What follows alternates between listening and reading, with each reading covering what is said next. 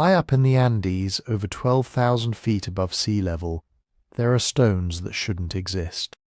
Not because they're old we can handle, not because they're big, though some of them weigh as much as 30 African elephants standing on top of each other. They shouldn't exist because of how they fit together.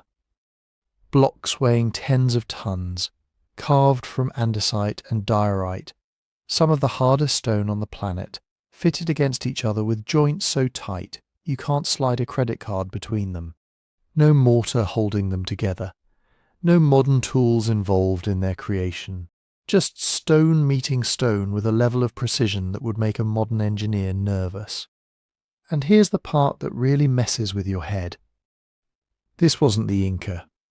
By the time the Inca Empire rose to power and started building their own famous stonework, the civilization responsible for these particular blocks was already gone, vanished. Their cities half-built or half-ruined, depending on who you ask. Their name for themselves lost. We call them the Tiwanaku, but that's not what they called themselves. We don't actually know what they called themselves. So who were they? How does a society without iron tools, without the wheel, without draft animals capable of hauling serious weight, manage to cut, transport and assemble stones weighing up to 200 tons with joints so precise that modern archaeologists still argue about how they pulled it off? And maybe the bigger question, if they were capable of this level of engineering, why did they disappear? If you're listening to this while falling asleep, or maybe while driving somewhere or doing dishes, that's honestly why I make these. So subscribe if that's you, and drop a comment telling me where you are and what time it is right now. I love checking in and seeing it's like Lima at lunchtime, Sydney at sunrise, and somewhere in Norway at 2 in the morning, all listening to the same mystery at the same time. Now, before we go further, quick thing. If you're on Spotify, following the show gets you the ad-free version, which honestly is the best way to experience these long-form deep dives without interruption. It's also just the easiest way to support what I'm doing here. There's a link in the description, and if you've got 30 seconds, a 5-star review genuinely helps this show reach more curious minds like yours. Okay, back to the stones. Here's where we're headed. We're going to look at where these sites actually are and what kind of environment could produce a civilization capable of this. We'll dig into the quarries these stones came from, some of them miles away, across terrain that makes moving multi-ton blocks sound almost impossible. We'll look at the tools, or the frustrating lack of obvious tools that could account for cuts this clean in stone this hard. We'll examine how they moved these giants, how they set them in place with millimetre accuracy, and what these structures were actually for. Ritual, power, astronomy, maybe all three. And we'll deal honestly with the wilder theories floating around out there, because there are a lot of them, while sticking close to what the archaeological evidence can actually support. Finally, we'll get into the collapse, what really happened to a civilization capable of this. Because, spoiler, disappearances in history are almost never as clean as the word makes them sound. Let's go back to a lake, an altitude, and a mystery still sitting in stone. Let's start with a map, because the map explains almost everything that comes after.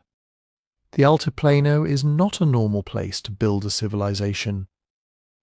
It's a high plateau stretched between two arms of the Andes Mountains, the eastern and western Cordillera, sitting at an average elevation of around 12,000 feet above sea level.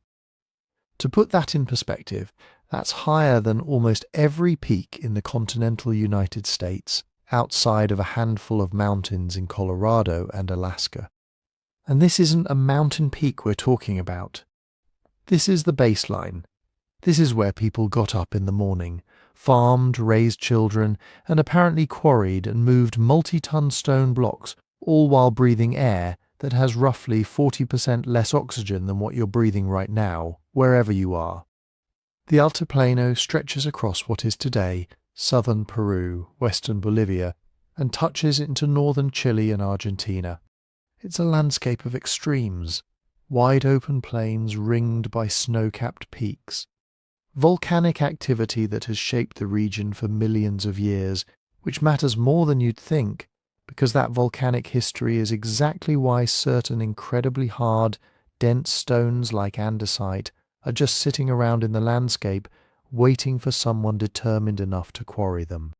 We'll get into that later. For now, just remember the plateau, remember the altitude, and remember that this environment shaped absolutely everything the people who lived there could and couldn't do. Because here's the thing about geography. It's not just scenery. It's not a backdrop. Geography dictates what materials are available, what crops can grow, how far you can travel in a day, how much oxygen your muscles get when you're trying to drag a 100-ton block across open ground. The Altiplano gave the people who lived there very specific problems to solve, and understanding those problems is the only way to actually appreciate what they eventually built.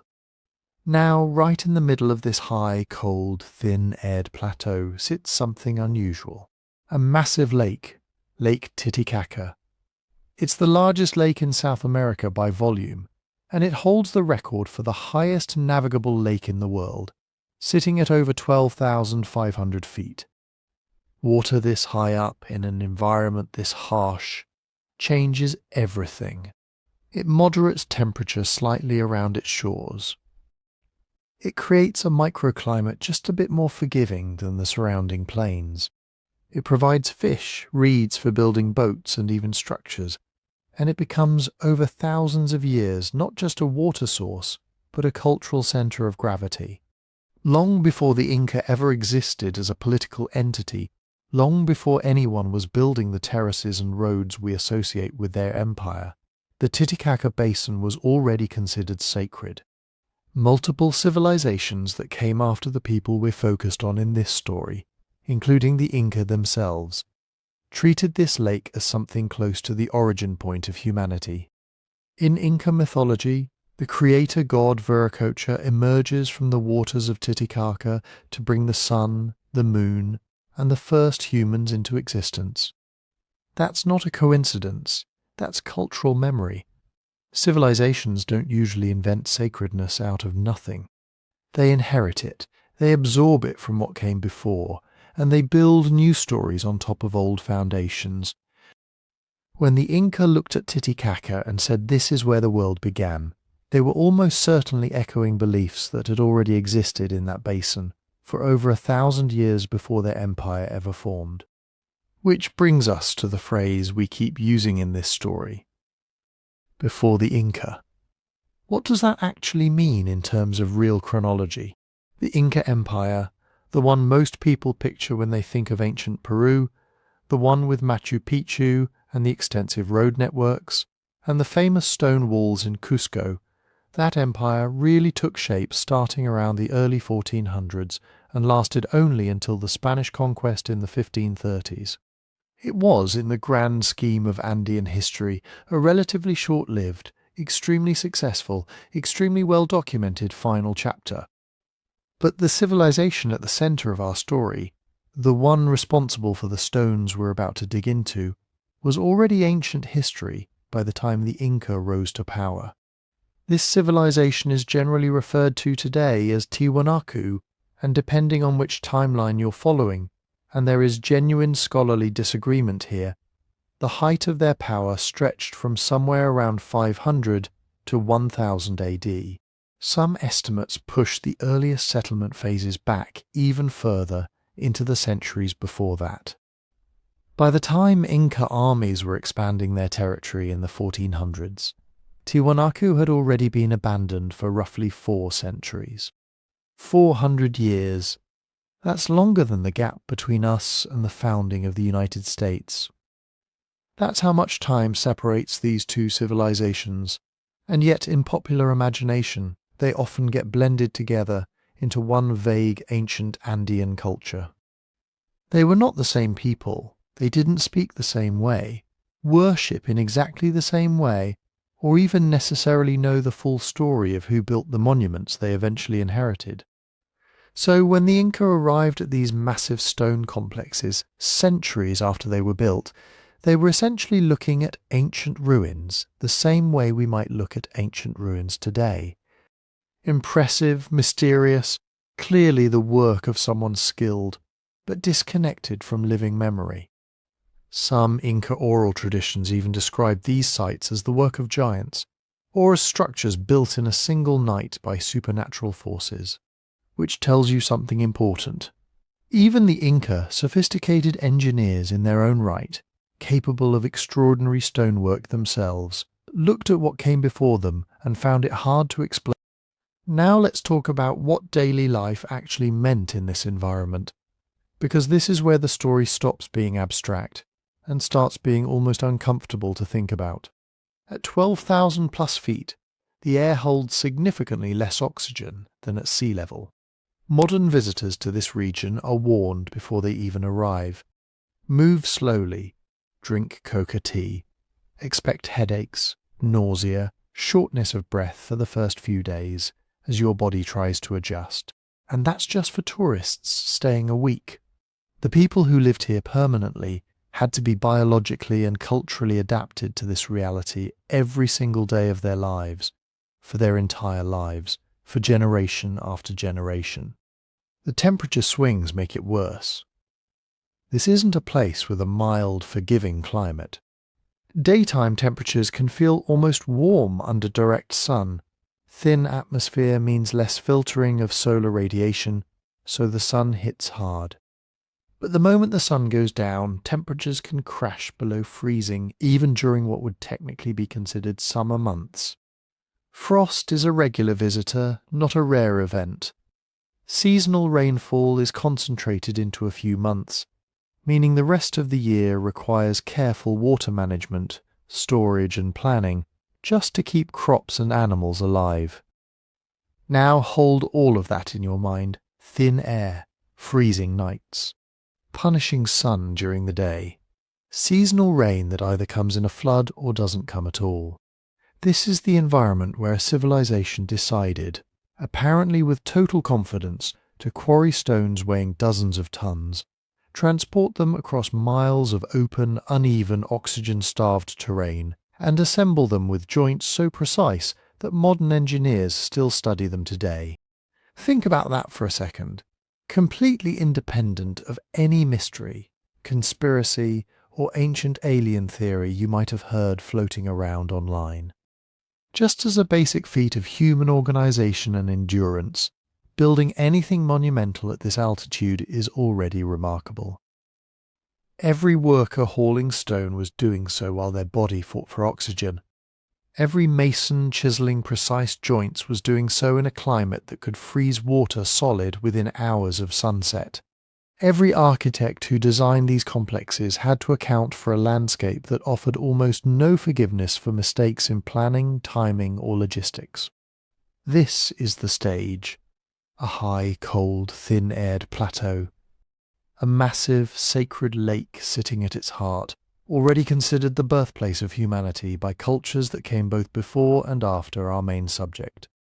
A civilization operating centuries before the Inca ever rose to power, eventually fading into ruins that the Inca themselves would later encounter and mythologize, and an environment so demanding that simply surviving here year-round required serious ingenuity long before anyone started cutting 200-ton stones into perfect geometric shapes. So now that we know where we are and roughly when we are, it's time to actually meet the people responsible for all of this.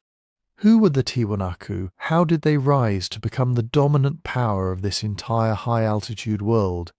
And what does the archaeological evidence actually tell us about their rise? That's next. If you walked into the Titicaca Basin around, say, the year 800, you would not have thought you were visiting some isolated mountain village barely hanging on in the cold. You'd be walking into the orbit of a state, not an empire in the sense of Rome or the later Inca, but a serious, organized region-shaping power whose influence radiated for hundreds of miles in every direction across the Altiplano and beyond. This is Tiwanaku. When archaeologists talk about Tiwanaku, they mean a few overlapping things at once. And this is where it gets confusing. First, it's a place, a city, though city here means something like a sprawling ritual and administrative hub ringed by neighbourhoods and satellite settlements, not a Manhattan of stone skyscrapers. Second, it's a political entity, a state-level society with rulers, hierarchies, organised labour, and the ability to coordinate projects on a scale that small village communities simply cannot. Third, it's a culture, a recognisable package of art styles, religious symbols, and ways of building that show up across a vast region for several centuries. When that package appears in the archaeological record on ceramics, textiles, carved stone, even on human bones with certain burial practices, we call it Tiwanaku culture. You can recognise it almost at a glance once you know what to look for. Pottery with bold geometric patterns in red, white and black, stylised puma heads, condors and human-animal hybrids. And at the centre of it all, a very particular religious icon, a front-facing, rectangular figure clutching staffs, radiating lines or smaller heads from its own head. Scholars call it the staff god, or the gateway god, because one of its most famous depictions stands over the portal of the sun at Tiwanaku itself. This isn't just decoration, this is ideology carved in stone, a visual language that tells you who is in charge of the sacred narrative. But Tiwanaku did not start as a capital laid out on a master plan. The earliest layers at the site point to something much humbler, a lakeshore community taking advantage of that precious Titicaca microclimate. Small groups clustered near water, farming, herding camelids, experimenting with a basic Andean survival toolkit. Over centuries, that village grew denser. Ritual spaces appeared, platforms, sunken courts, places where people gathered for ceremonies that probably involved feasting, offerings and substances that altered consciousness. Once you get organised ritual, you get organised authority. Somebody decides when the rituals happen, who leads them, who sits closest to the centre and who gets pushed to the margins.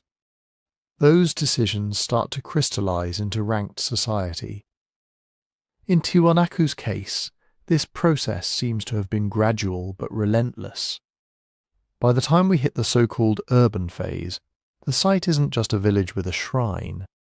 It's a planned ceremonial core dozens of hectares across, surrounded by residential barrios, craft areas and satellite communities linked by roads and causeways. Power at 12,500 feet has to be built on something more concrete than charisma, and in Tiwanaku's case there are three obvious pillars: agriculture, trade and ideology.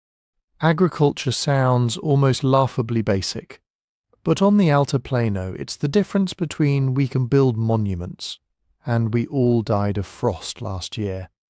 Tiwanaku's people were not just planting potatoes in random dirt and hoping for the best. They engineered the landscape.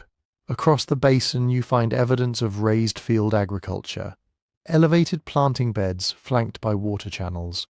Those channels act like thermal batteries. They absorb heat during the day, release it at night, and protect crops from killing frost.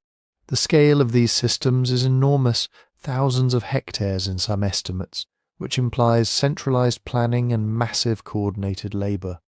A raised field doesn't build itself. You have to mobilise hundreds, maybe thousands of workers, feed them, time the work to the seasons, maintain the canals year after year. You need managers, calendar keepers, people who can say, this group works here, that group there, and if you all show up when we tell you, the gods will make the frost behave and the harvest come in. That's economic surplus translated directly into political power. Then there's trade. The Altiplano is harsh, but its location is perfect if you want to sit in the middle of multiple ecological zones and skim value off all of them. From Tiwanaku's orbit, you can send caravans of llamas down into the coastal valleys for fish and sea salt, up into higher valleys for certain minerals, eastward toward the yungas and lowland forests for coca, tropical feathers and medicinal plants. Archaeologists find Tiwanaku-style artifacts far beyond the immediate basin, in Moquegua on the Pacific slope, in the valleys that stair-step down toward the Amazon, scattered like fingerprints across a wide swath of the central Andes. These weren't random trinkets carried by wandering peddlers. The distribution looks systematic. Colonies, enclaves, or at least strongholds of Tiwanaku-affiliated people seem to pop up in strategically valuable places. Good farmland, choke points along trade routes, access points to special resources. Imagine a network of nodes and lines with the Tiwanaku heartland at the centre. Llama caravans moving textiles, ceramics, dried meat, obsidian, copper, shell. In return, prestige goods, food and political influence flow back toward the core. But surplus grain and camelids don't automatically produce multi-ton megaliths. You still need a story that convinces thousands of people to pour their labour into projects that don't feed them tomorrow. This is where ideology and that distinctive Tiwanaku religious iconography come in. The ceremonial core of Tiwanaku is dominated by monumental spaces, sunken courts where crowds could gather and look up at elites on platforms, stepped pyramids that would have commanded the skyline, gateways carved with cosmological scenes. Those staff god images are not subtle. They broadcast a universe in which order flows from a central sacred authority, an authority that conveniently is physically embodied in the rulers and priests who control access to those rituals. If the kings and priests of Tiwanaku can claim, "We and our gods make the frost retreat, we make the rains arrive, we ensure the llamas breed and the trade routes stay open," then hauling stones for their temples stops being just work. It becomes participation in the maintenance of the cosmos. You're not just building a platform, you're helping keep the sky from collapsing. All of this, surplus from engineered agriculture, wealth and information from long-distance trade, social glue from shared religious symbols, creates the conditions for something very particular: the ability to organize large construction projects that span generations. You can train specialists. You can afford to have artisans whose full-time job is shaping stone, experimenting with joints, perfecting techniques. You can plan monuments that will not be finished in your lifetime, but will still enhance the prestige of your lineage. And that's why Tiwanaku sits at the centre of so many claims about impossible precision. The stones at Tiwanaku and the neighbouring complex of Puma Punku did not appear out of nowhere, dropped by gods or extraterrestrials onto an empty plateau. They are the visible tip of a much larger system, a state-level society that, for several centuries, had both the motivation and the capacity to attempt outrageous things in stone. When you see a perfectly cut andesite block with interlocking joints on a windswept plain, it's easy to imagine it as a one-off miracle. When you put it back into its actual context, a dense ceremonial hub, backed by an agricultural machine, connected by trade routes, unified by a powerful religious ideology, it starts to look less like a magic trick and more like the kind of extreme output a complex civilization can sometimes produce. So before we pick apart those stones, the weights, the cuts, the angles, we have to keep this in mind. They are not just engineering puzzles, they are political artifacts, religious artifacts, economic artifacts. They are what happens when a high-altitude power called Tiwanaku spends centuries turning thin air, cold nights and human belief into architecture. If you walk the core of Tiwanaku today, it doesn't feel like a neat, finished city. It feels like you've wandered into the skeleton of something that was once tightly organized and then got hit hard by centuries of looting, rebuilding and plain old neglect. The heart of the complex is an awkward cluster of big ideas in stone. You've got the Kalasasaya, a massive raised platform surrounded by a battered stone enclosure. Inside, scattered monoliths stand like survivors from a crowd scene.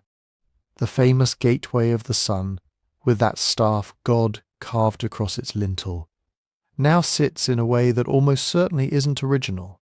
Archaeologists argue over exactly where it once stood and how it fit into the larger design. In front of this, sunk into the ground, is the semi-subterranean temple, a rectangular pit with inward-leaning stone walls studded with carved heads. Human faces, each distinct, staring out from every side. Some scholars see a symbolic gathering of different peoples. Others think ancestor veneration or mythological beings. Whatever the original intention, the effect is eerie. You're literally below ground level, surrounded by stone faces, looking up toward platforms where elites once stood. Off to the side looms the Acapana, a huge, stepped, cross-shaped mound that used to be faced with stone. Today it looks more like a tumbled hill, because much of its masonry was stripped away. But excavations reveal a complex of terraces, sunken courts, water channels, and carefully laid out spaces.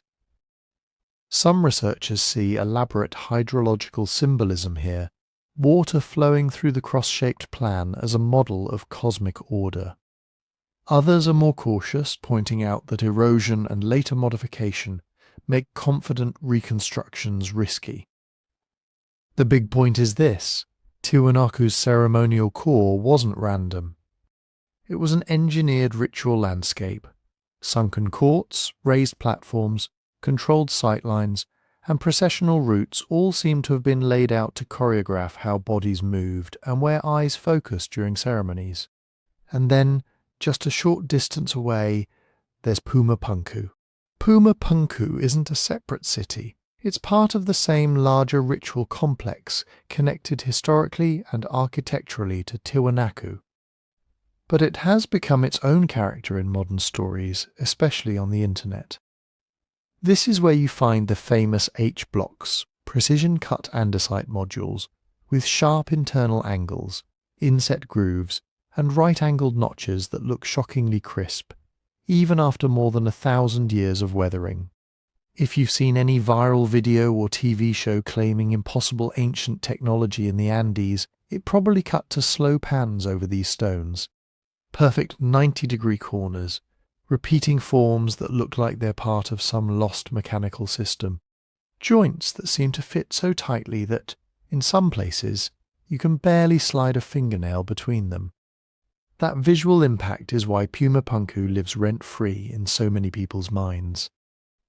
On the ground, though, Puma Punku is chaos. Huge red sandstone blocks lie toppled or half-buried, some weighing dozens of tons. Carved andesite elements, the H-blocks, cornices, L-shaped pieces and more, are scattered and jumbled. Many are broken. Others are clearly out of context, leaning against each other or lined up by archaeologists for study. It looks less like a finished building and more like a megalithic train wreck. Part of that is deliberate destruction. Colonial and modern builders used Tiwanaku as a convenient quarry. For centuries, people dragged off carved stones to use in churches, bridges, houses, farm walls. You can walk into nearby towns and literally see Tiwanaku blocks embedded in modern buildings, even before the Spanish later. Andean groups may have reused stone, reshaped blocks, or ritually killed old monuments. Earthquakes probably didn't help. The region is seismically active, and massive masonry that isn't well tied together gets rearranged fast when the ground shakes. On top of that, early excavations were not always careful. 19th and early 20th century diggers moved stones, restacked blocks, even re-erected monoliths based on their own ideas of how it should look. So when you see Puma Punku today, you're looking at the aftermath of at least 3 big processes layered over each other: original construction, ancient modification, and possible ritual dismantling, and then centuries of looting and haphazard rearrangement. Untangling those layers is hard. That's why archaeologists are cautious about big, sweeping claims like, "We know exactly what Puma Punku looked like when it was complete." They don't. There are educated reconstructions, a large stepped platform with multiple terraces, stone-faced retaining walls, and a carefully arranged sequence of doorways, courts and plazas. There's good evidence that the red sandstone formed the bulk of the monumental mass, while the finer andesite pieces, those famous precision blocks, acted as veneers, gateways, cornices and modular fittings. But the exact positions of many individual stones, the full vertical profile of some walls, the complete ritual choreography of the complex, those remain partly speculative. Different scholars propose different layouts, especially for the most ruined areas. Popular diagrams online often present one specific reconstruction as the Puma Punku, but that can gloss over a lot of uncertainty. Even with all that disturbance, though, several things are very clear, and these are what we're going to focus on. First, the stone types. Tiwanaku and Puma Punku use a combination of local and imported rock, soft, workable sandstone for bulk construction, and much harder andesite for fine, detailed elements. That pairing sets up a whole series of questions about quarrying, transport, and why certain shapes were reserved for certain materials. Second, the tool marks. On many stones you can still see the scars of whatever shaped them. Pecked surfaces, linear abrasion, chisel-like grooves, drilled depressions. Those marks are physical clues to the toolkit available to Tiwanaku stoneworkers. Third, the joins and geometry. Some blocks at Puma Punku and in the Tiwanaku core show extraordinarily tight fits, complex interlocking profiles and repeating modular dimensions. Those features let us ask, how precise really are these cuts? What methods could produce them with the technology we know was available in the Andes at the time? Fourth, the logistics. Just standing among the scattered blocks at Puma Punku forces concrete questions. How do you move a 20, 40 or 100-ton block across open ground at 3,800 meters? How do you raise it into place? How do you manage a workforce capable of doing that over and over, across decades? In other words, these sites are not just piles of mysterious stones. They're an evidence field. Every block is a data point. What kind of rock it is, how it was shaped, how it fits or used to fit with its neighbours, where it likely came from, how badly it's been disturbed. In the next sections, we're going to pick up those threads one by one. We'll weigh the stones, literally. We'll track their origins in the surrounding landscape. We'll zoom in on the cuts, the angles, the supposed laser-like precision, and ask what's actually there, what's been exaggerated, and what still doesn't have a fully satisfying explanation. Because if Tiwanaku and Puma Punku are at the centre of the storm, then stone type, tool mark, join, and logistics are the compass points that can keep us from getting completely lost in it. Let's start with the big internet headline: 200-ton stones, sometimes it's 300-ton, or even 400-ton. The numbers creep upward with every retelling, as if the stones are putting on weight each time someone uploads a new video. So what are we actually dealing with? At Puma Punku and the wider Tiwanaku complex, you can think of the stones in rough categories. At the small end, you've got the ordinary building blocks, sandstone and andesite pieces in the 0.5 to 2-ton range. Heavy, but within the realm of what a determined group of people with levers and ramps can move all day long. Above that are the serious elements: door jambs, lintels, big facing stones. These are often in the 5 to 15-ton range, sometimes more. Many of the famous H-blocks are in this bracket, or slightly above. A few of the andesite pieces push higher, into the tens of tons. Then there are the monsters, the huge red sandstone platform blocks and foundations at Puma Punku. These are the ones that fuel the 100 and 200-ton claims. They're impressive. Some are roughly 7 meters long, more than 2 meters wide, and well over a meter thick. They are not lightweights by any definition. But here's the key. Almost all the really high numbers you see online are estimates. And those estimates are often very rough. To calculate the mass of a stone, you need three things: length, width, thickness, and the density of the rock. In practice, you also need to know how much is missing. A simple example. Take a big sandstone block with visible dimensions of 7 meters by 2 meters by 1 meter. Multiply those and you get 14 cubic meters. Sandstone in this area averages around 2.2 to 2.4 metric tons per cubic meter. Multiply again and you land somewhere between about 30 and 34 tons. If the same block is actually 2 meters thick, not 1, your volume doubles and so does the mass. Now you're in the 60 to 70 ton range. Change the density a bit and the figure shifts again. If one corner is buried or the block is cracked or eroded, you're guessing. Now look at Puma Punku. Many of the largest blocks are heavily damaged, partially buried, or missing chunks. Different authors use slightly different measurements and densities. Some round up generously, others assume original, unbroken dimensions that might be larger than what's actually there now. That's how one researcher can say around 70 tons, while a TV voiceover confidently declares 200-ton stone, and a meme page turns that into 400 tons a year later. When archaeologists and engineers have tried to be careful, measuring what survives and plugging in reasonable densities, the largest known blocks at Puma Punku and Tiwanaku generally fall well under the 200-ton mark. Many land somewhere in the 40 to 80-ton range, with a few contenders above that, depending on how you reconstruct missing volume. Impressive, yes. Off the charts? Not really, and this is where comparison helps.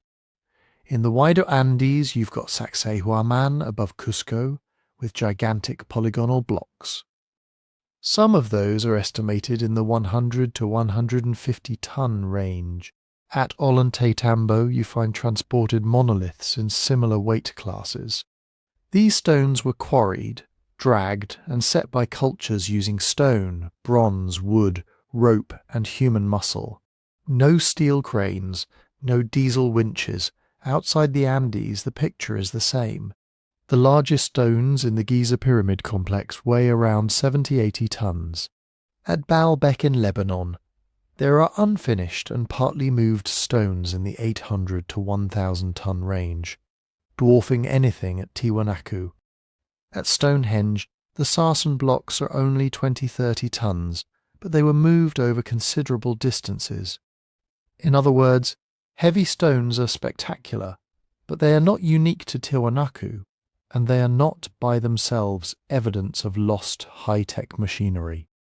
This doesn't make what the Tiwanaku builders did any less awe-inspiring. If anything, seeing their work in a global context makes it more human and more interesting. Across different continents and time periods, people repeatedly pushed against the same physical limits using the same basic toolkit: levers, sledges, rollers, ramps, inclined planes, and a lot of coordinated labour. And that's where mass actually does matter. Not as a magic number that proves or disproves some fringe theory, but as a set of constraints. The heavier a block gets, the more friction you have to overcome to slide it. The more likely your sledges or rollers are to crush or sink into soil. The more you need stable, well-prepared paths, organised teams, and safety margins, so a mishap doesn't kill half your workforce. Above a certain threshold, moving a single block stops being a casual community project and becomes a planned engineering operation. But none of those constraints require unknown physics or anti-gravity. They require exactly the kind of knowledge we see everywhere in the archaeological record: an intuitive, hard-earned understanding of weight, balance, and material behaviour built up over generations of trial and error. So when someone throws out 200-ton stone, as if that number by itself proves an advanced hidden civilization, it's worth pausing. First, is the number actually supported by careful measurement? or is it a hand-wavy estimate? Second, even if it were 200 tons, does that mass exceed what we know humans with basic tools and clever logistics have moved elsewhere? Almost always the answer is no. Recognizing that doesn't shrink the mystery. It sharpens it. It shifts the question from did they have impossible technology to what exact techniques and social systems let them work at the edge of what's physically manageable. Because once you get the masses roughly right, the next puzzle isn't just how heavy the stones are. It's where they came from, how they were cut, and how an entire society organized itself around the task of moving and setting them. If you want to understand what they were really up against, you have to start with the stone itself. At Tiwanaku and Puma Punku, you're mostly looking at two very different rocks doing two very different jobs. The bulk, the big structural masses and platforms, are red sandstone. It's relatively soft as rocks go. You can abrade it with harder stones. It takes a decent edge, but not a razor-sharp one. It weathers, it flakes, it spools along bedding planes. It's great if you want volume, height, and broad flat faces. It's not ideal if you want ultra-crisp detail that still looks factory fresh after 1,000 years of frost and wind. Then there's the grey stuff that gets all the attention, andesite. That's a volcanic rock, much harder and tougher. It has a fine, dense structure that can hold cleaner rises and sharp internal corners. It takes a high polish if you work at it. It's the material of choice for the H-blocks, the intricate cutouts, the channels and right-angle recesses that show up again and again in impossible stonework thumbnails. So right from the start, the builders were playing a materials game. Use the big, locally available sandstone for mass and platforms. Reserve the denser andesite for high-precision elements. Door frames, lock stones, drainage channels, decorative or modular pieces that need fine tolerances. That simple lithological fact already tells you something. They knew their rocks. They weren't just grabbing whatever boulder was closest. They were selecting where did they get it. For the sandstone, the answer seems to be not far, but not on site either. Geological surveys point to sandstone outcrops and quarry zones to the south and southeast of Tiwanaku, on the order of 10 kilometers away, give or take, depending on which exact beds you match. In highland terms, that's the difference between walking out your back door and walking to the next town over. It's still a logistical job. 10 kilometers dragging a 50-ton block across undulating ground at 3,800 meters elevation is not just down the road, but it's nothing like hauling it over a mountain range. The andesite, though, is a different story. The best candidate sources are up around the slopes of the Quimsachata volcano group and other andesitic outcrops near the modern village of Calamarca, about 60 to 90 kilometers away depending on your path and which outcrop you favour. That's not a lazy day's haul with a sled. That's a multi-stage transport corridor across the Altiplano. How do we know? Not because somebody left a sign that says official Tiwanaku quarry, 800 CE. We know because the stones themselves can be traced back to their geological parents. Petrography is the basic tool here. Thin section, a sample from an architectural block. Thin section, a sample from a potential quarry. Put them under a microscope and compare. Grain size, mineral mix, texture, the way crystals grew and interlocked. It's like a fingerprint. You can go further with geochemistry and isotopes, doing elemental analyses that show trace element patterns. Andesites from one volcanic centre won't be chemically identical to those from another. Sandstones from different sedimentary basins record different source rocks upstream. Match those signatures and you narrow down where the builders were shopping, at Tiwanaku and Puma Punku, that work has been done in pieces over the last decades. The emerging picture isn't perfectly tidy, but it's consistent. The red sandstones come from specific beds on the southern shores of the ancient Lake Titicaca basin. The fine grey andesites link to highland volcanic sources some tens of kilometres away, not right under the city's foundations. That sourcing has consequences. Take tools. If your main job is shaping sandstone, you can get a lot done with hammerstones of harder igneous rock, wooden wedges and abrasion. You can dress faces, cut relatively straight joints, and carve recesses without needing metal chisels that rival modern steel. If your job is cutting andesite into clean, repeating modular shapes with tight tolerances, the bar moves. The rock will shrug off softer pounding stones. You have to bring every trick you know, harder hammerstones, pecking, pounding in controlled patterns. Maybe bronze or copper tools used not as cutters but as carriers for sand abrasives, polishing with grit and water. The stone is dictating the toolkit, and the quarry you pick feeds directly into what finishes you can achieve. Some sandstones split into flat, even slabs along bedding planes. That's great for platforms and paving. Other beds are more irregular, forcing more labour to get flatness. Some andesite flows are full of vesicles and inclusions that chip unpredictably. Others are fine and uniform, perfect for detailed carving. Choosing a quarry isn't just where is rock. It's what kind of finished surface can this rock give us with the tools we actually have. There's another layer here that often gets glossed over in sensational accounts. Getting a block out of a quarry and getting it to the building site are two fundamentally different problems. You can cut a surprisingly precise joint into a stone that never moves more than a few meters from where it was extracted. You can build neat little test walls with perfectly mated faces at the quarry mouth and still have no idea how to drag a 60-ton monster across marshy ground without breaking it. The Tiwanaku builders were solving both problems at once. First, identify and exploit distant sources of exactly the right stone for each architectural role. Second, figure out how to move that material across an open, high-altitude plateau with no draft animals, no wheels in practical use, and a climate that swings from blazing sun to freezing nights. The first problem, sourcing and carving, is where lithology, tools, and finish quality meet. The second problem, transport, is where mass, friction, topography, and human organisation collide. They're linked, but they're not the same challenge. And to really understand what happened at Puma Punku, you have to pull them apart. We've looked at what the stones are and where they likely come from.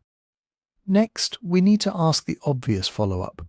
With no iron, no steel, and no diamond saws, what were they actually cutting with?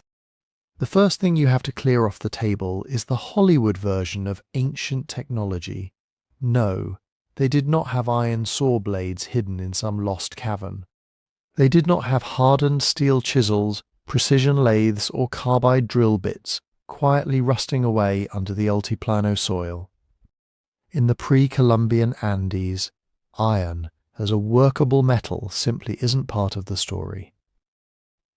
There are iron minerals everywhere: hematite, magnetite, iron in clays and oxides. But that's not the same as smelting and forging it into tools. You can heat copper ores in a ceramic furnace and get something useful with surprisingly low temperatures. To do the same for iron, you need a totally different technological trajectory: higher sustained heat, different furnace designs, bellows, a whole chain of experiments and failures. Andean metallurgists went in another direction. What they were very, very good at was copper and its alloys. They were experimenting with arsenical bronzes, with tin bronzes, with cold working and annealing to harden cutting edges. They were making chisels, punches, knives, ceremonial blades, decorative foils, complex cast objects. By Tiwanaku's heyday, metal working in the region was already sophisticated in terms of shaping and alloying. But even the best prehistoric bronzes are nowhere near modern tool steel.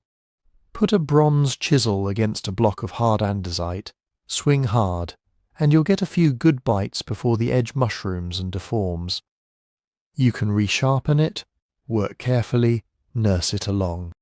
You cannot just stand there and machine a perfect right-angle slot like a CNC mill. So if they weren't cutting stone the way we imagine cutting it, what were they doing? You start with the simplest toolkit on earth, stone on stone. Harder rocks can shape softer ones. That's the oldest trick in the book. You take a river cobble of tough basalt, diorite, or another hard igneous rock, and you use it as a hammerstone. You pound the sandstone, you peck at the andesite. Each blow removes a tiny crater, a few grains, a chip. It's slow, but it's controlled. Look closely at many pre-finished Tiwanaku blocks and you see exactly that. Pecking marks, regular crater fields where someone has systematically walked the surface, blow after blow, until a rough face becomes a plane. On sandstone, this goes fairly fast. On andesite, it's a grind, literally. But it works. Now add abrasives. Sand is not just something you brush off your feet. Under pressure, dragged between two surfaces, it's a cutting medium. Quartz grains are hard. If you put sand and water between a tool and the stone, you've made a primitive grinding or sawing system. This is where copper and bronze start to make sense. If you try to use a bronze saw to bite directly into andesite by metal alone, you lose. The rock wins. But if the bronze is just the carrier, a stiff, manageable strip that holds and guides the abrasive slurry, now you're in business. You move the metal back and forth, the sand grains do the cutting. The bronze slowly wears, but the stone wears faster. Experimental archaeologists have done versions of this with other hard stones, basalt, granite, quartzite. Using soft metal blades and quartz sand, you can cut surprisingly straight slots and channels. You don't get a shiny mechanical kerf. You get a slightly rounded abraded profile, tiny striations, a surface that to the naked eye at a distance looks like a cut, but under magnification screams ground. Even without metal you can do similar things. A shaped stone rubbing block, charged with sand and water run back and forth along a straight edge, will slowly flatten a sandstone face. If you build a simple wooden jig to hold it in a fixed path, you can keep that motion consistent. Do it for hours, days, weeks with many hands, and those surfaces start to look unnervingly planar. That's the key shift in thinking. In this context, cutting is often shorthand for pecking, bruising, grinding, lapping and polishing. It's pressure and abrasion, not slicing. Think about how you get a perfectly flat surface in a modern optics lab. Not with a giant knife, with grinding plates and abrasive compounds over and over nudging towards flatness. The physics is the same on an Andean platform, just with cruder materials and much, much more time. You can even explain some of the tight internal angles and clean recesses this way. You peck out the rough cavity with hammerstones. You refine the walls with smaller pounders. Then you take a shaped tool, maybe a stone bar, maybe a bronze chisel with its edge, constantly redressed, and work it against the corners with sand slurry. The abrasive gets dragged right into the angle. The very last bits of high spot get polished away. To someone standing there watching the final passes, it might look like the craftsman is simply scraping the stone clean. The real work is invisible, carried by the grit between. How do we know any of this is realistic and not just a comforting story? Because people have gone out and tried it. Experimental archaeology is where you stop arguing from the armchair and actually pick up tools. In the Andes and elsewhere, researchers and craftspeople have shaped andesite and basalt blocks with nothing but hammerstones and abrasives, sawed channels into hard rock using copper strips and sand, polished joint faces until they fit tight enough to hold water. They log the hours, count the blows, track edge wear. The numbers are brutal. What a power tool can do in half an hour might take a team of workers days. But days is not the same as impossible. A state-level society like Tiwanaku had what small experimental teams don't: hundreds or thousands of labourers, organised schedules and generations of accumulated technique. Scale that up and something important happens. Labour becomes a kind of invisible technology. If you're willing to spend a month bringing one crucial block to a near-perfect finish, and you have the social machinery to feed and coordinate the people doing it, you can get machine-like results with stone balls and sand. The polish, the square edges, the tight joints, they become a measure of patience and organisation as much as of raw tool hardness, and in a way that's more impressive than any fantasy about lost lasers. It means the Tiwanaku builders weren't cheating the laws of physics. They were exploiting them slowly, methodically, using the materials they actually had: tough cobbles, gritty sands, soft metals pushed to their limits, and an almost terrifying tolerance for slow, repetitive, skilled work. Once you understand that toolkit, another puzzle comes into focus. If the tools were relatively simple, how did they turn those individual, painstakingly finished stones into coherent structures, terraces, platforms, and interlocking walls, at the scale we see today? To answer that, you have to look past the surfaces and start measuring the fits themselves. When people talk about Puma Punku and Tiwanaku, the conversation usually jumps straight to that one dramatic phrase, "You can't fit a piece of paper between the stones." It sounds definitive, almost scientific. But what does that actually mean? If you want to talk seriously about impossible precision, you have to stop speaking in metaphors and start thinking in tolerances. In engineering, precision isn't a vibe, it's a number. You can describe how flat a surface is by measuring how much it deviates from a perfect plane over a certain distance. Is it off by a millimetre over a metre? A tenth of a millimetre? 10 millimetres. The smaller that deviation, the more precise the surface. You can do the same thing for angles.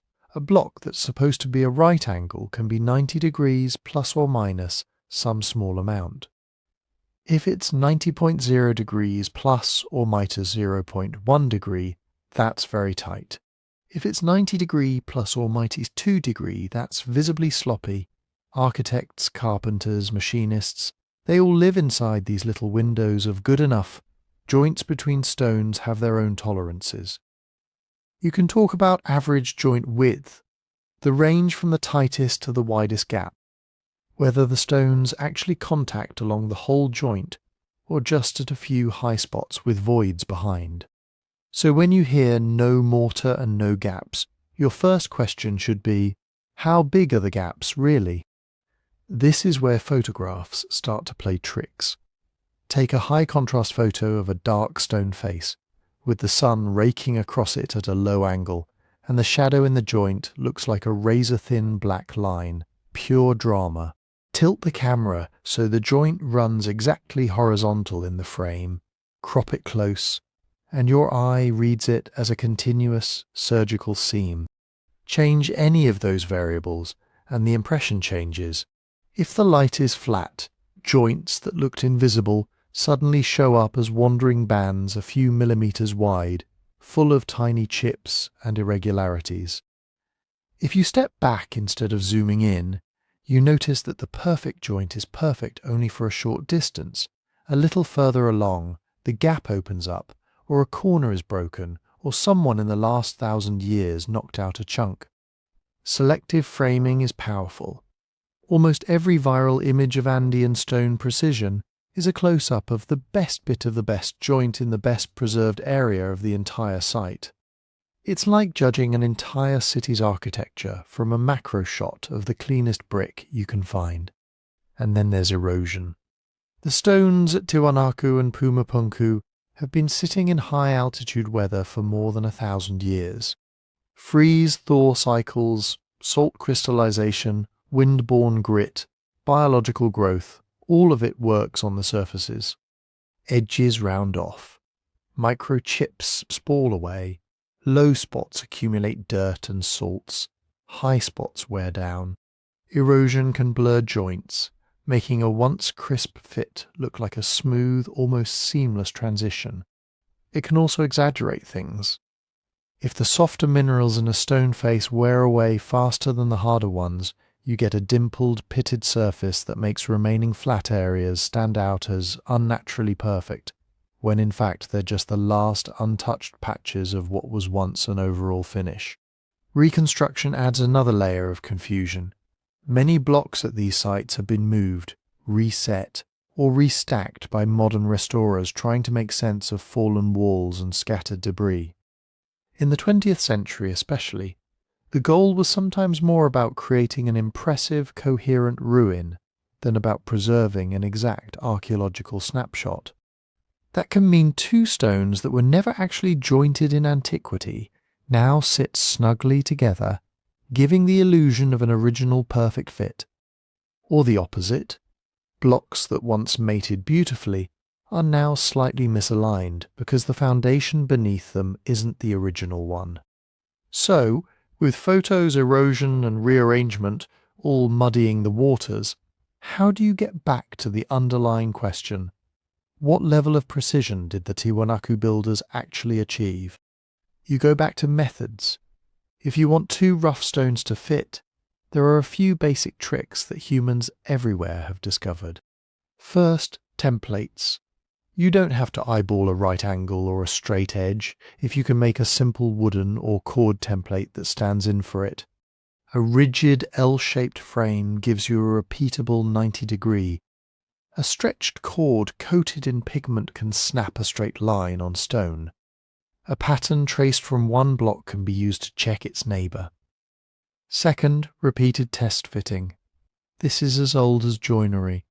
Stoneworkers can rough out one block, set it against its partner, see where it touches, mark the high spots with pigment, then pull it back and peck or grind, just those areas. Repeat, again and again. Each cycle removes the points of interference. Over time, the contact surface spreads until the stones meet along most of their faces. You don't need to imagine titanium gauges. You just need patience and a mental model. If it's touching here, it can't be touching there yet. Trial, error, correction. Third, abrasion leveling. If you rub two surfaces against each other with grit in between, the high points on both get worn down faster than the low ones. This is a self-correcting system. Over many cycles, both surfaces converge towards a complementary fit. They don't have to be perfectly plain in the abstract. They just have to be matched to each other. At Puma Punku, you can imagine a workflow. Rough the block with hammerstones. Check with a straight edge or template. Rub down with a stone or metal tool and abrasive slurry along the high ridges. Bring it to its neighbour. Test fit, mark, correct. Repeat until the joint is tight enough for whatever purpose the builders had in mind. Blocking light, shedding water, showing off. Are some of the resulting joints impressive? Absolutely. Especially when you consider the hardness of the andesite and the simplicity of the toolkit.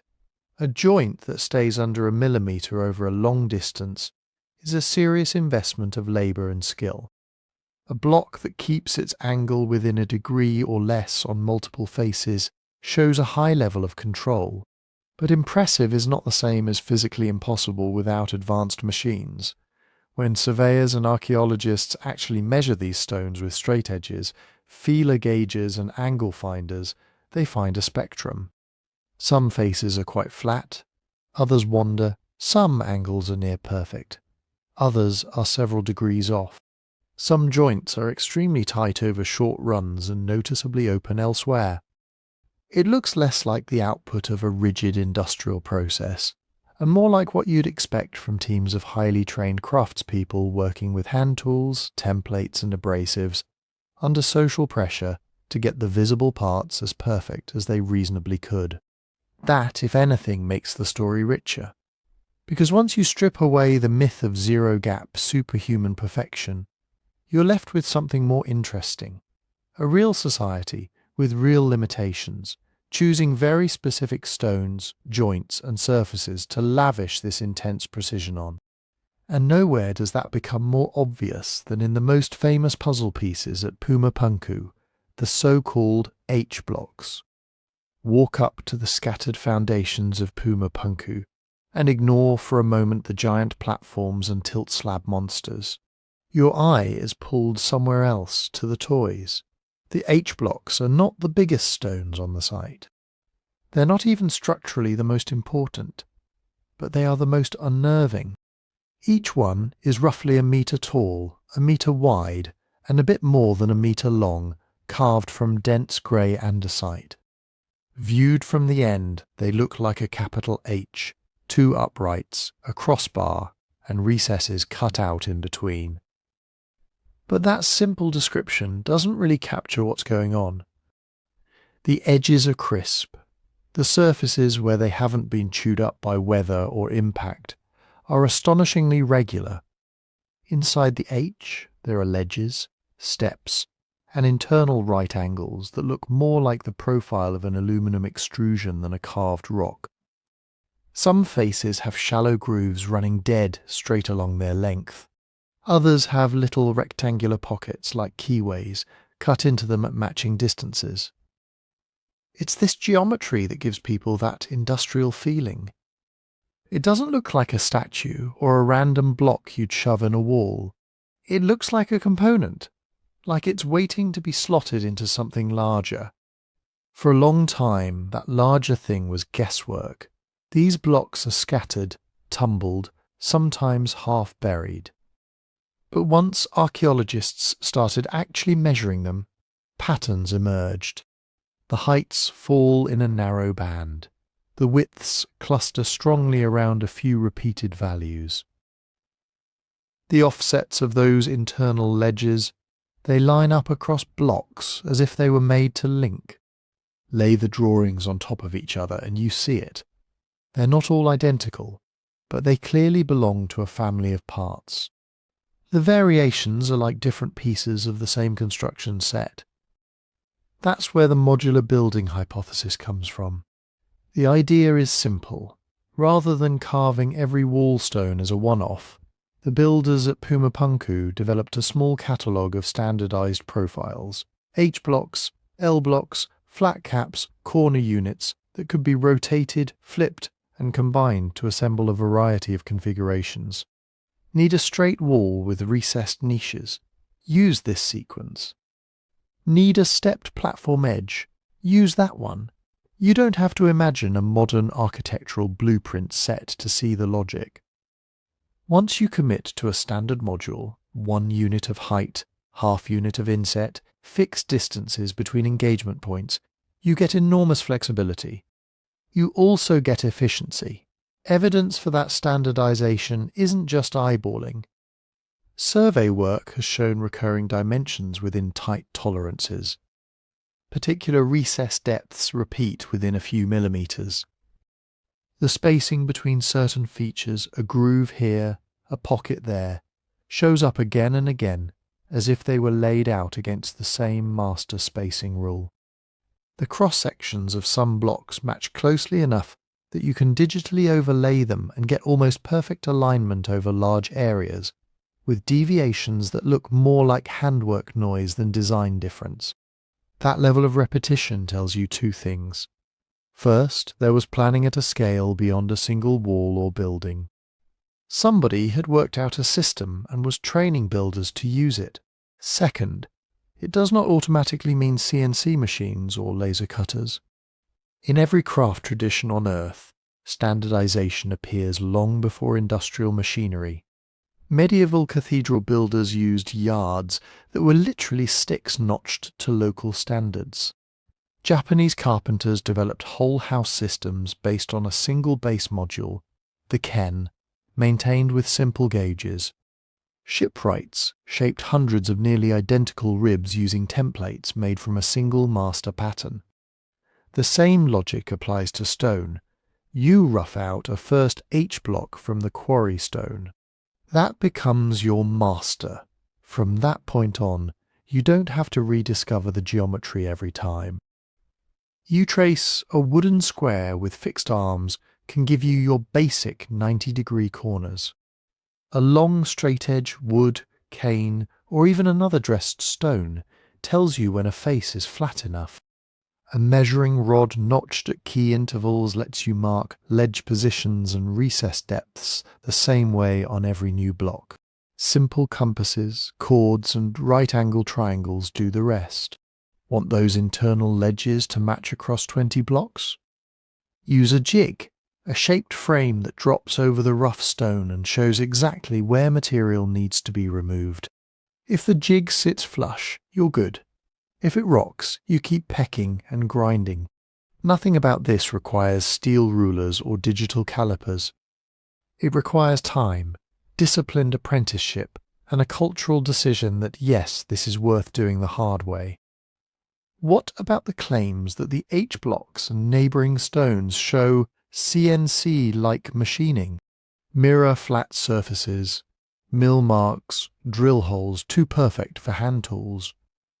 Again, when you replace photos and anecdotes with actual measurement, the picture shifts. Lines that look ruler straight in a tightly framed shot often wander when you follow them their full length. Those perfect right angles tested with modern squares are good, but not machine good. You see slight out-of-square tiny kinks, surface undulations that a precision mill wouldn't produce. The flatness is impressive by hand tool standards, not by aerospace standards. And the drill holes? There are cylindrical depressions and through holes at Puma Punku and Tiwanaku, often pointed to as proof of high-speed drilling. Some do show helical striations, spiral marks, that at first glance look like they could come from a rotating bit. But spiral grooves can also form when you rotate a simple stone or metal drill bow back and forth while feeding abrasive grit into the hole. Experiments with hand bow drills in hard stone routinely produce neat, round holes with visible concentric or spiral scoring. They're slow. They're laborious, but they work, and the tool marks they leave are well within the range of what we see in the Andes. Most of the CNC texture you see on close-up photos, those parallel lines along a face, is exactly what you'd expect from systematic grinding. Repeated strokes with a stone pad, loaded with sand, along a consistent direction. Under magnification, the grooves are not perfectly periodic or uniform. They vary in spacing and depth. Machines love regularity. Humans leave signatures of fatigue, correction, and compromise. Seen through that lens, the H-blocks become something more interesting than evidence of lost technology. They're evidence of a design mind at work, a society that had moved past ad hoc boulders and was thinking in systems and modules long before iron tools, written plans, or wheels arrived on the Altiplano. Builders who had pushed hand tool techniques to the point where, from a distance of 15 centuries and a few filtered photos, their work can be mistaken for machine output. And once you recognize that modular, almost kit-like logic in the H-blocks, other features at Puma Punku start to come into focus. Strange grooves, T-shaped slots, repeated sockets that don't seem to do anything on their own. They weren't decoration, they were part of a hidden hardware system tying stone to stone and metal to stone in ways that made the whole platform behave less like a pile of rocks and more like a piece of engineered infrastructure. Those sockets that don't seem to do anything are where the story gets quietly wild, because they weren't empty. If you walk the blocks mentally through survey drawings, not tourist photos, you start to see a recurring motif. Shallow, neatly shaped recesses cut across the joints between stones. Sometimes they're straight slots, sometimes they're dog-bone shaped or little double T insets. Crucially, they cross the seam, half in one block, half in the other.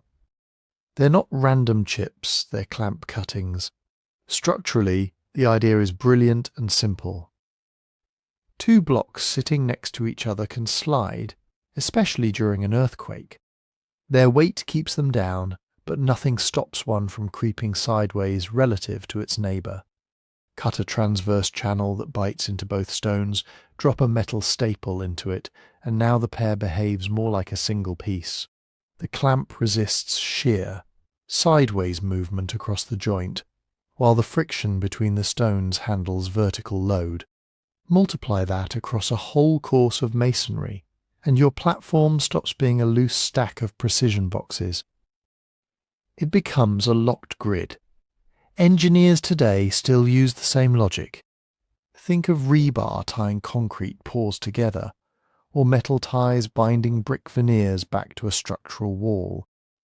The Tiwanaku builders were solving the same problem with the tools and materials they had: cut stone and cast metal. We know those clamps existed because a few have survived. At Tiwanaku and nearby sites, excavations have turned up small metal elements that match the shapes of the recesses almost perfectly. Many are T or I shaped in plan, with flared ends that match the dog bone channels carved in the stone. Some show corrosion patterns and residues that tell us something about their composition. This is where metallurgy walks in. The Altiplano was not an iron and steel culture, but it was absolutely a metal culture. Andean societies were working copper and bronze long before the Inca, alloying copper with arsenic, tin, and other elements to tweak hardness and casting behaviour. When those alloyed staples were poured or hammered into the clamp cuttings, they weren't just wedges. They were engineered fasteners, analyses of surviving clamps from the wider Andean world, including Inca sites that inherit and elaborate on Tiwanaku traditions, show high-tin bronzes and copper arsenic bronzes, materials that pour fluidly and then set hard enough to resist deformation. In some cases you see deliberate mixing. Scrap from earlier pieces melted together, impurities and all, to hit good enough casting properties. Now, picture the process on a new platform. Stones are dressed and set in place.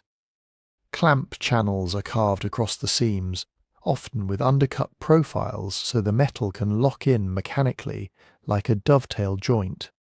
A trough is modelled out a little deeper at the centre to accept molten metal. Clay or sand is packed around the opening to dam it. Then metal, smelted from ore or remelted from old clamps, is heated in simple crucibles and poured in.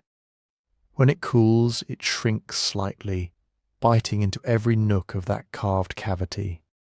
The flared ends prevent it from simply lifting out. What started as two separate boulders is now a single mass, keyed together with a hidden bronze tendon. To a modern eye, a poured-in-place metal connector inside a precision-cut socket sounds advanced, almost industrial. But the underlying steps are the same ones bronze casters and jewellers have used for millennia: controlled heat, a mould or cavity, gravity.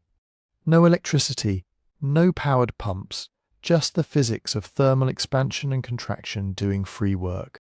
And sometimes the evidence that survives makes it look even fancier than it was.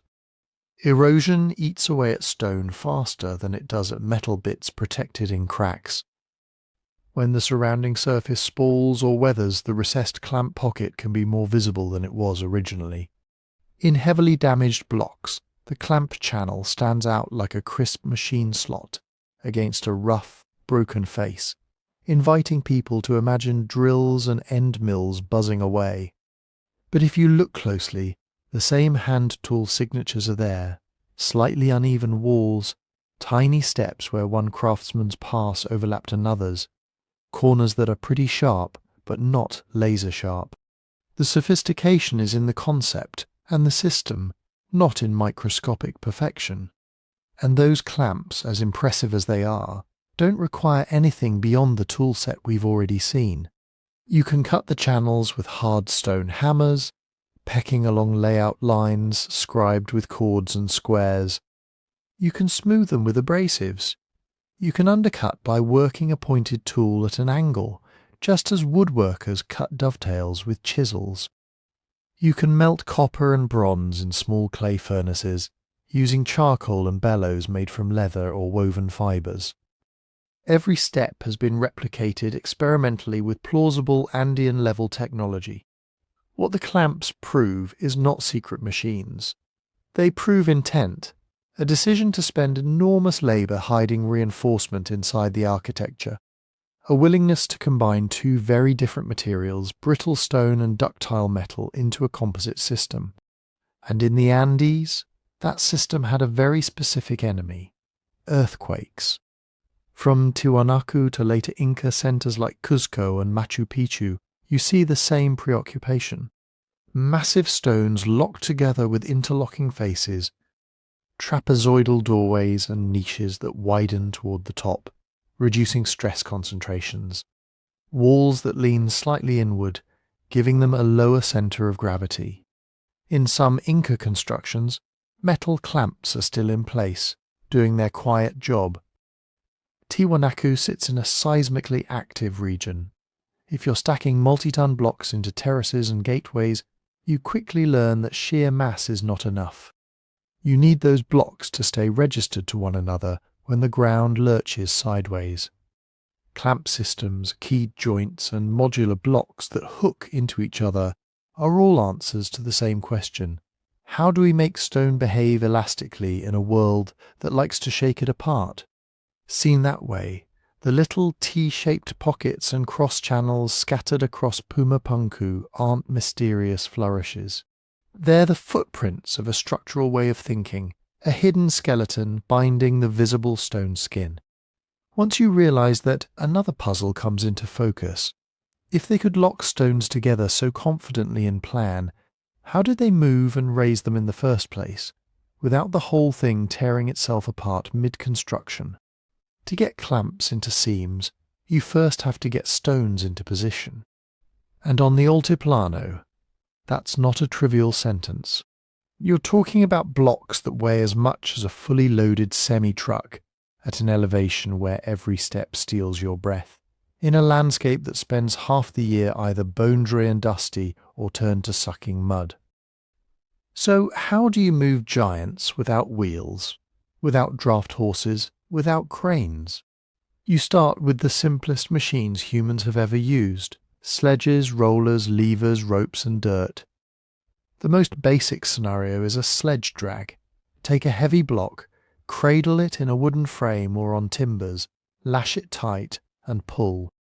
Friction is brutal if you just yank it across rough ground.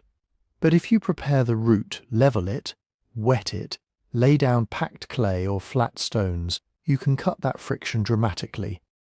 Experimental archaeology has done this in multiple cultures.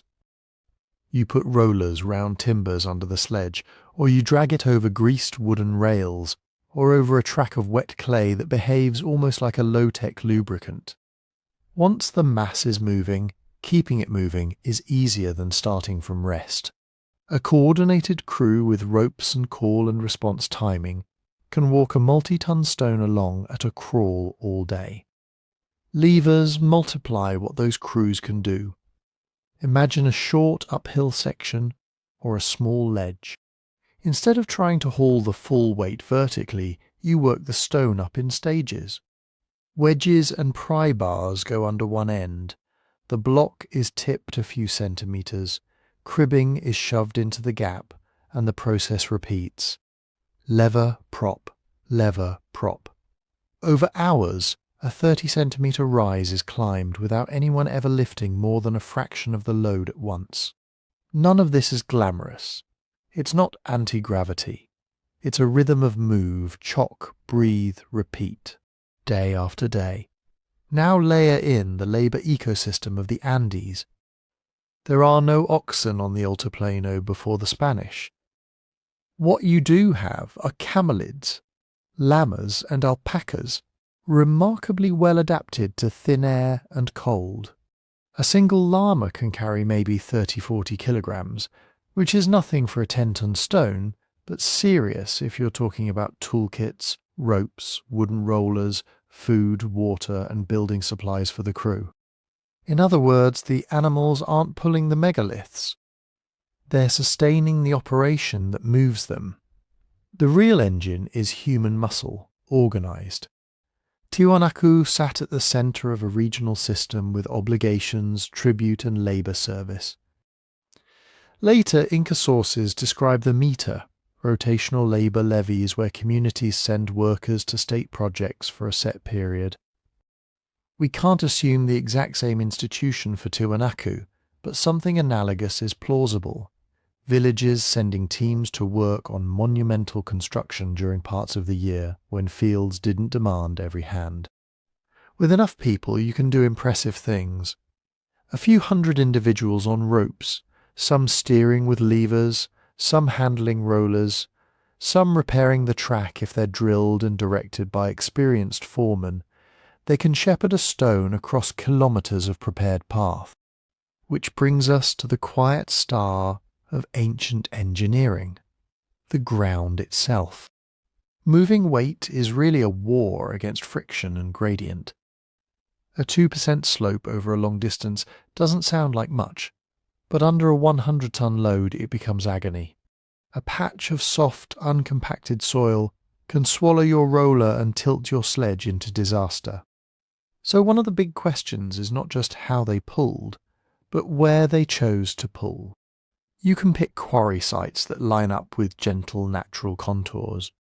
You can cut switchback routes that never exceed a tolerable slope. You can build earthen causeways, elevated roads of compacted fill that give you a predictable, controllable surface above the worst of the seasonal mud. You can also build ramps. Once the stone is near the construction zone, earthen ramps become the bridge between horizontal transport and vertical placement.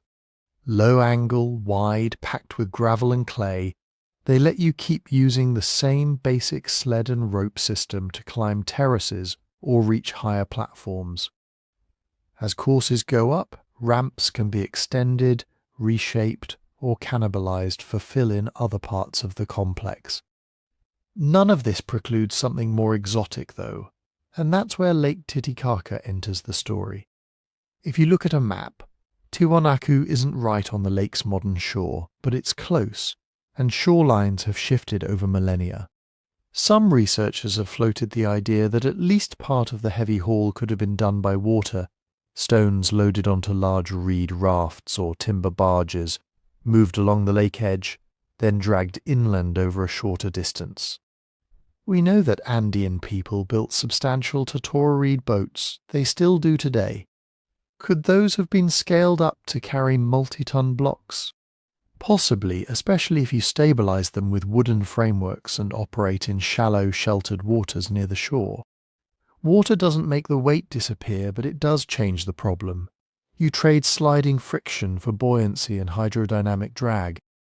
Logistically, that demands loading and unloading zones, makeshift harbours or ramps cut into the lakeshore. Stones would have to be brought down from upland quarries to the water, shifted onto rafts, ferried, then winched back up onto land infrastructure. Is there direct smoking gun evidence for mammoth stone barges at Lake Titicaca? Not yet. We're in hypothesis territory.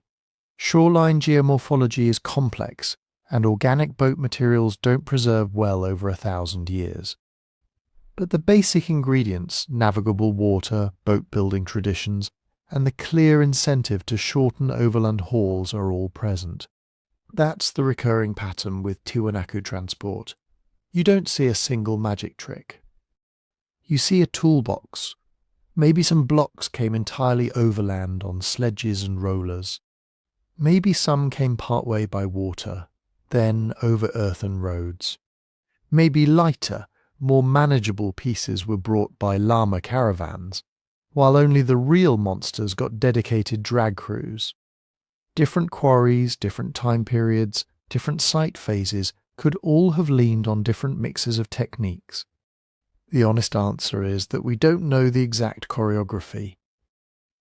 What we do see over and over in other ancient projects is that when humans really care about moving stones, they throw redundancy at the problem. Multiple methods, layered safety, lots of preparation. And once you accept that Tiwanaku engineers could walk 50-ton blocks across the landscape, another question rises up immediately. How do you then stand them on end, thread them into a tight grid of neighbours, and set them down so precisely that a bronze clamp can lock them for the next 1,000 years? You don't start by lifting. You start by cheating gravity with timing and order. If you're a Tiwanaku architect staring at a blank terrace and a stack of incoming blocks, the smartest move is to design the building so that the most difficult placements never actually have to be lifted in the way we think of a crane hoisting something through empty air. You sequence. The heaviest stones, foundations, basal courses, retaining blocks go in first, while the site is still mostly open ground. You bring them in along those earthen causeways and ramps, nudge them into rough position, and then you build the rest of the structure up around them. In a lot of megalithic work worldwide, the standing stones were dragged into shallow pits, tipped upright using levers and ropes, and then the pit was backfilled. The ground itself becomes the scaffold, horizontal first, vertical later. Heavy first, lighter later, open access first, tight corners last. As walls rise, ramps don't disappear, they mutate.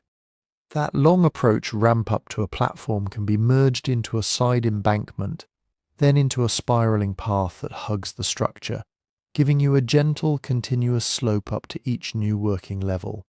Instead of lifting a block 3 meters straight up, you win yourself a broad roadway where the same sled and rope teams can walk that block to its upper position at essentially ground level, because you've redefined what ground is with dirt. Dirt in this kind of construction is a tool.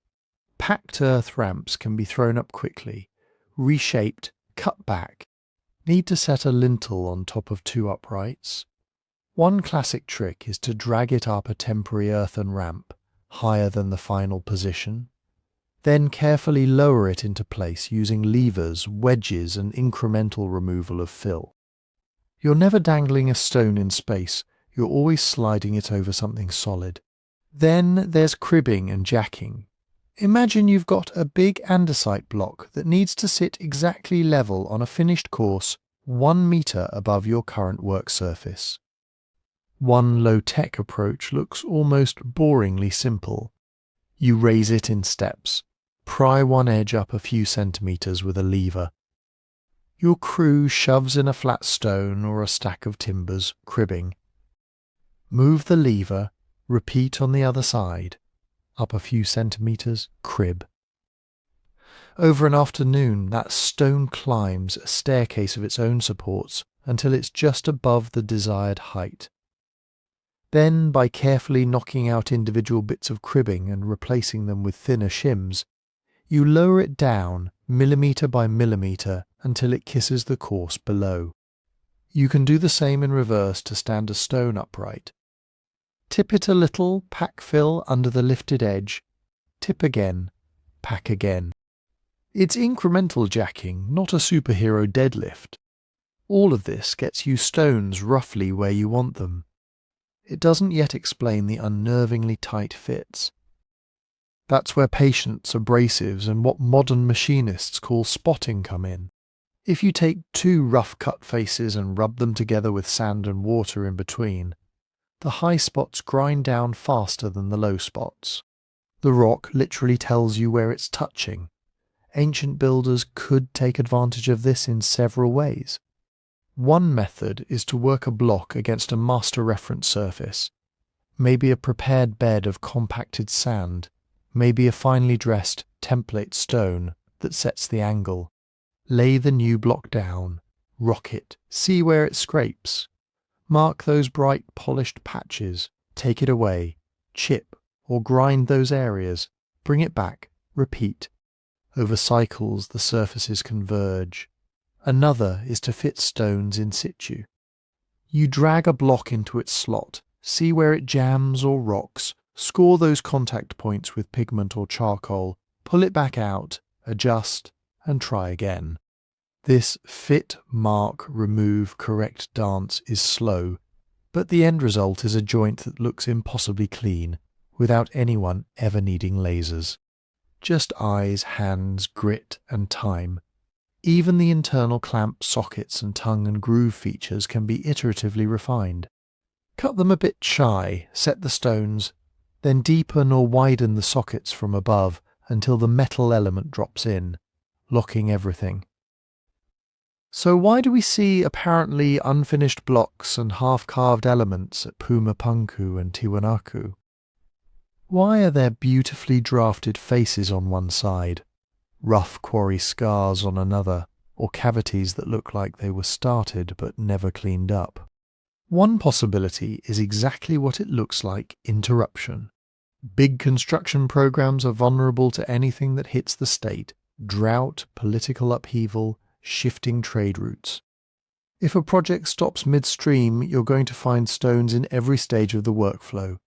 Some fully dressed and installed, some roughly squared waiting for final fitting. Some still bearing quarry bosses that would have been knocked off as the last step. A collapsed ramp can strand a block partway to its final home for centuries. Another layer is intent. Not every surface needed the same finish. The face exposed in a ceremonial courtyard might get hours of polishing per square metre. The buried back of that same block, jammed into fill or against a retaining embankment, might be left crude because nobody will ever see it, and it doesn't affect structural performance.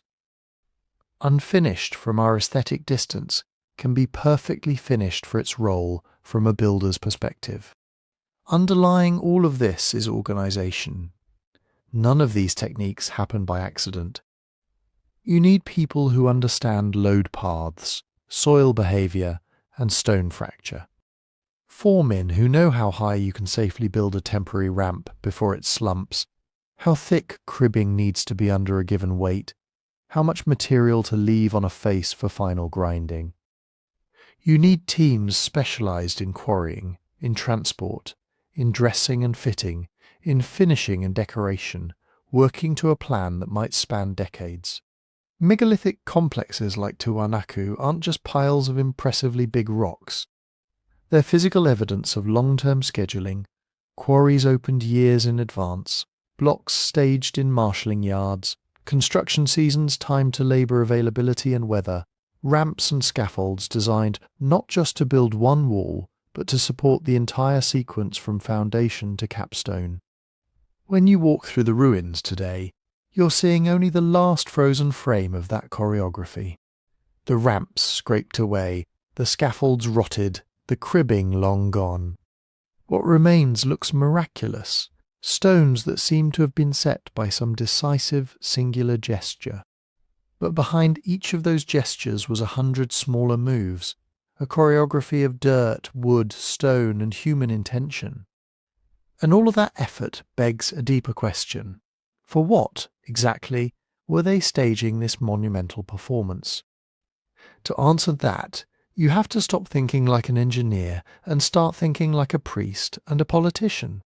Because in a place like Tiwanaku, those weren't separate jobs. Monumental architecture anywhere in the world does at least two things at once. It creates a stage for the sacred, and it creates a stage for power. It tells people what the universe is supposed to look like, and who gets to stand at the centre of it. Tiwanaku is no exception. Look at the basic layout. You've got sunken courts like the semi-subterranean temple.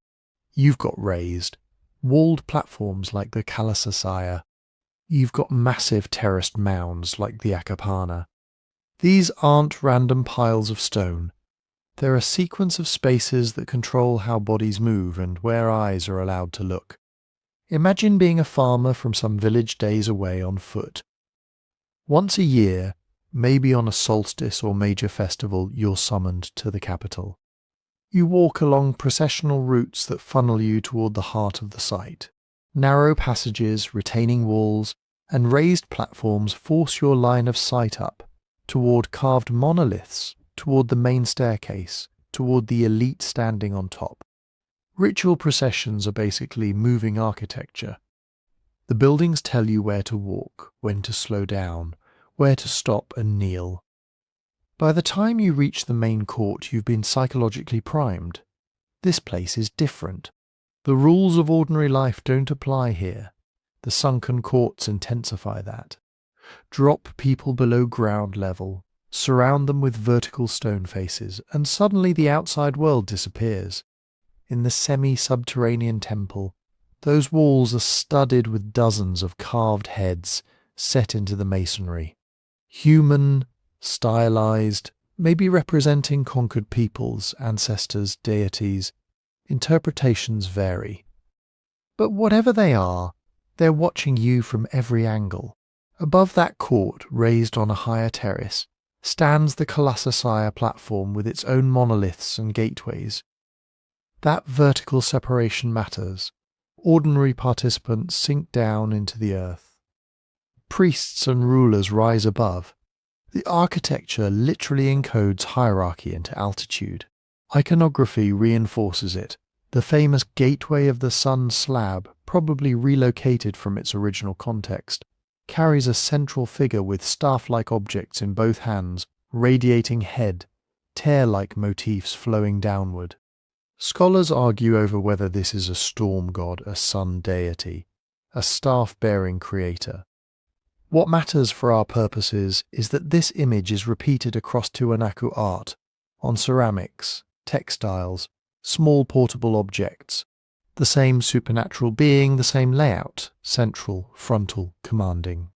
When you carve that figure into a lintel, everyone must pass beneath. You're doing more than decorating a doorway.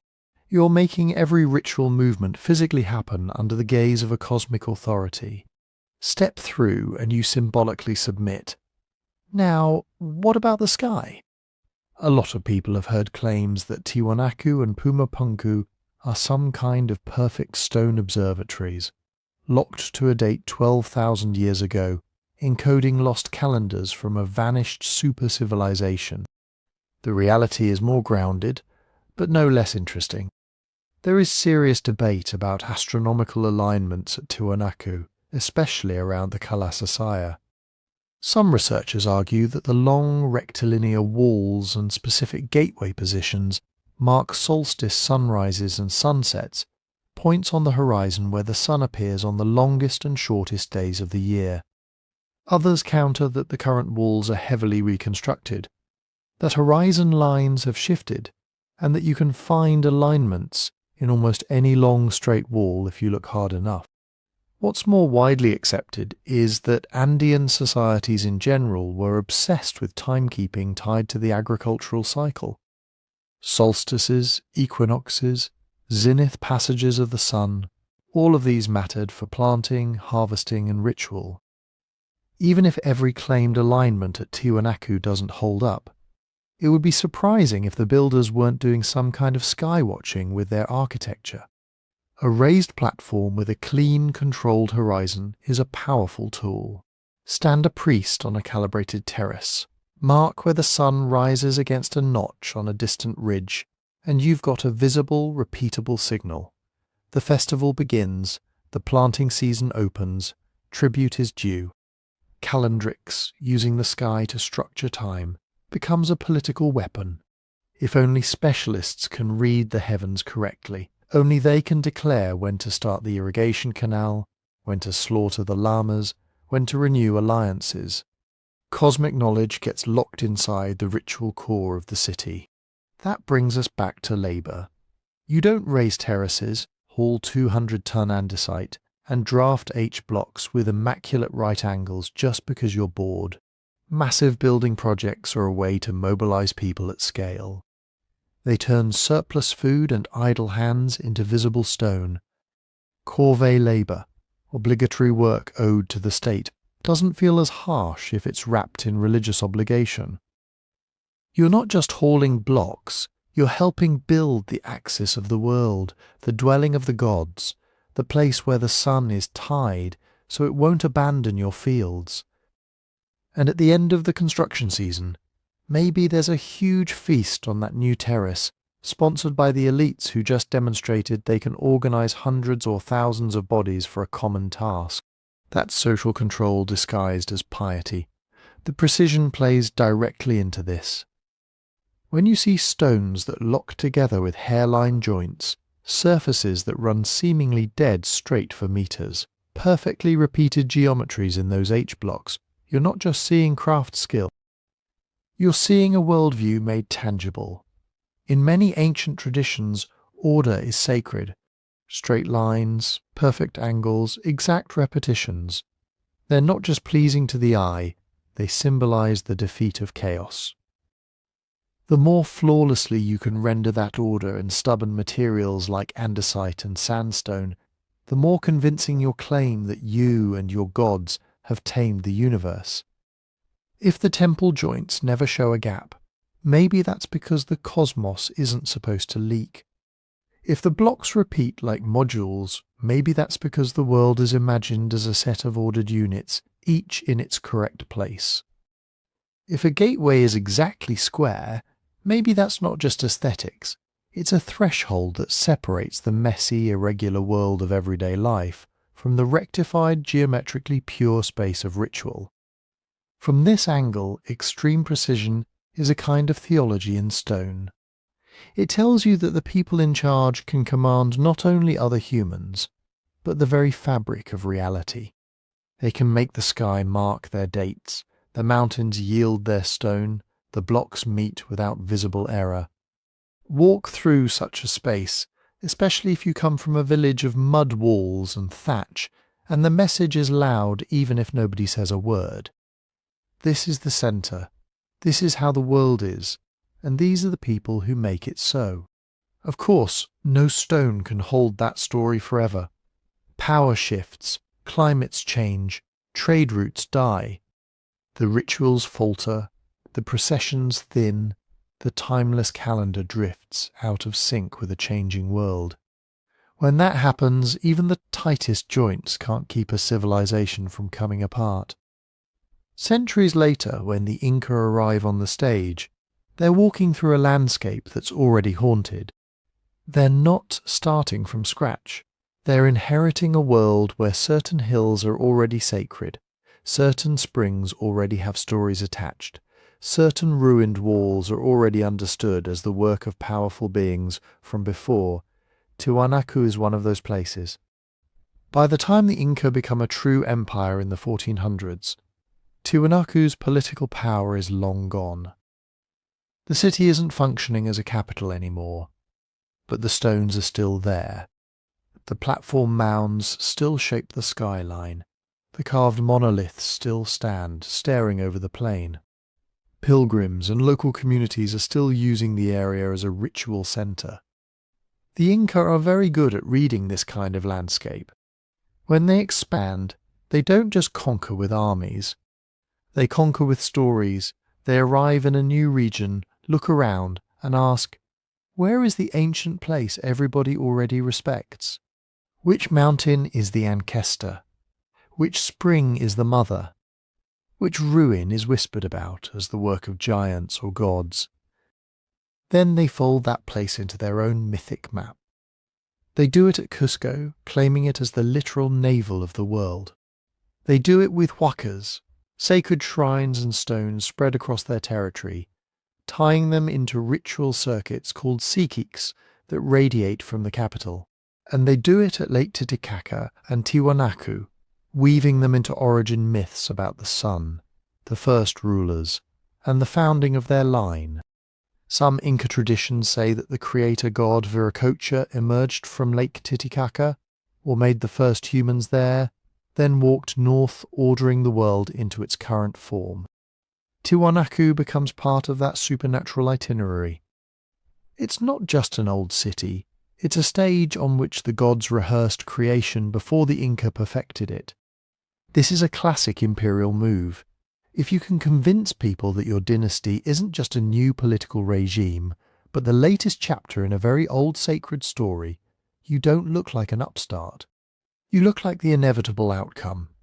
Your rule becomes the fulfillment of what the stones were always trying to say.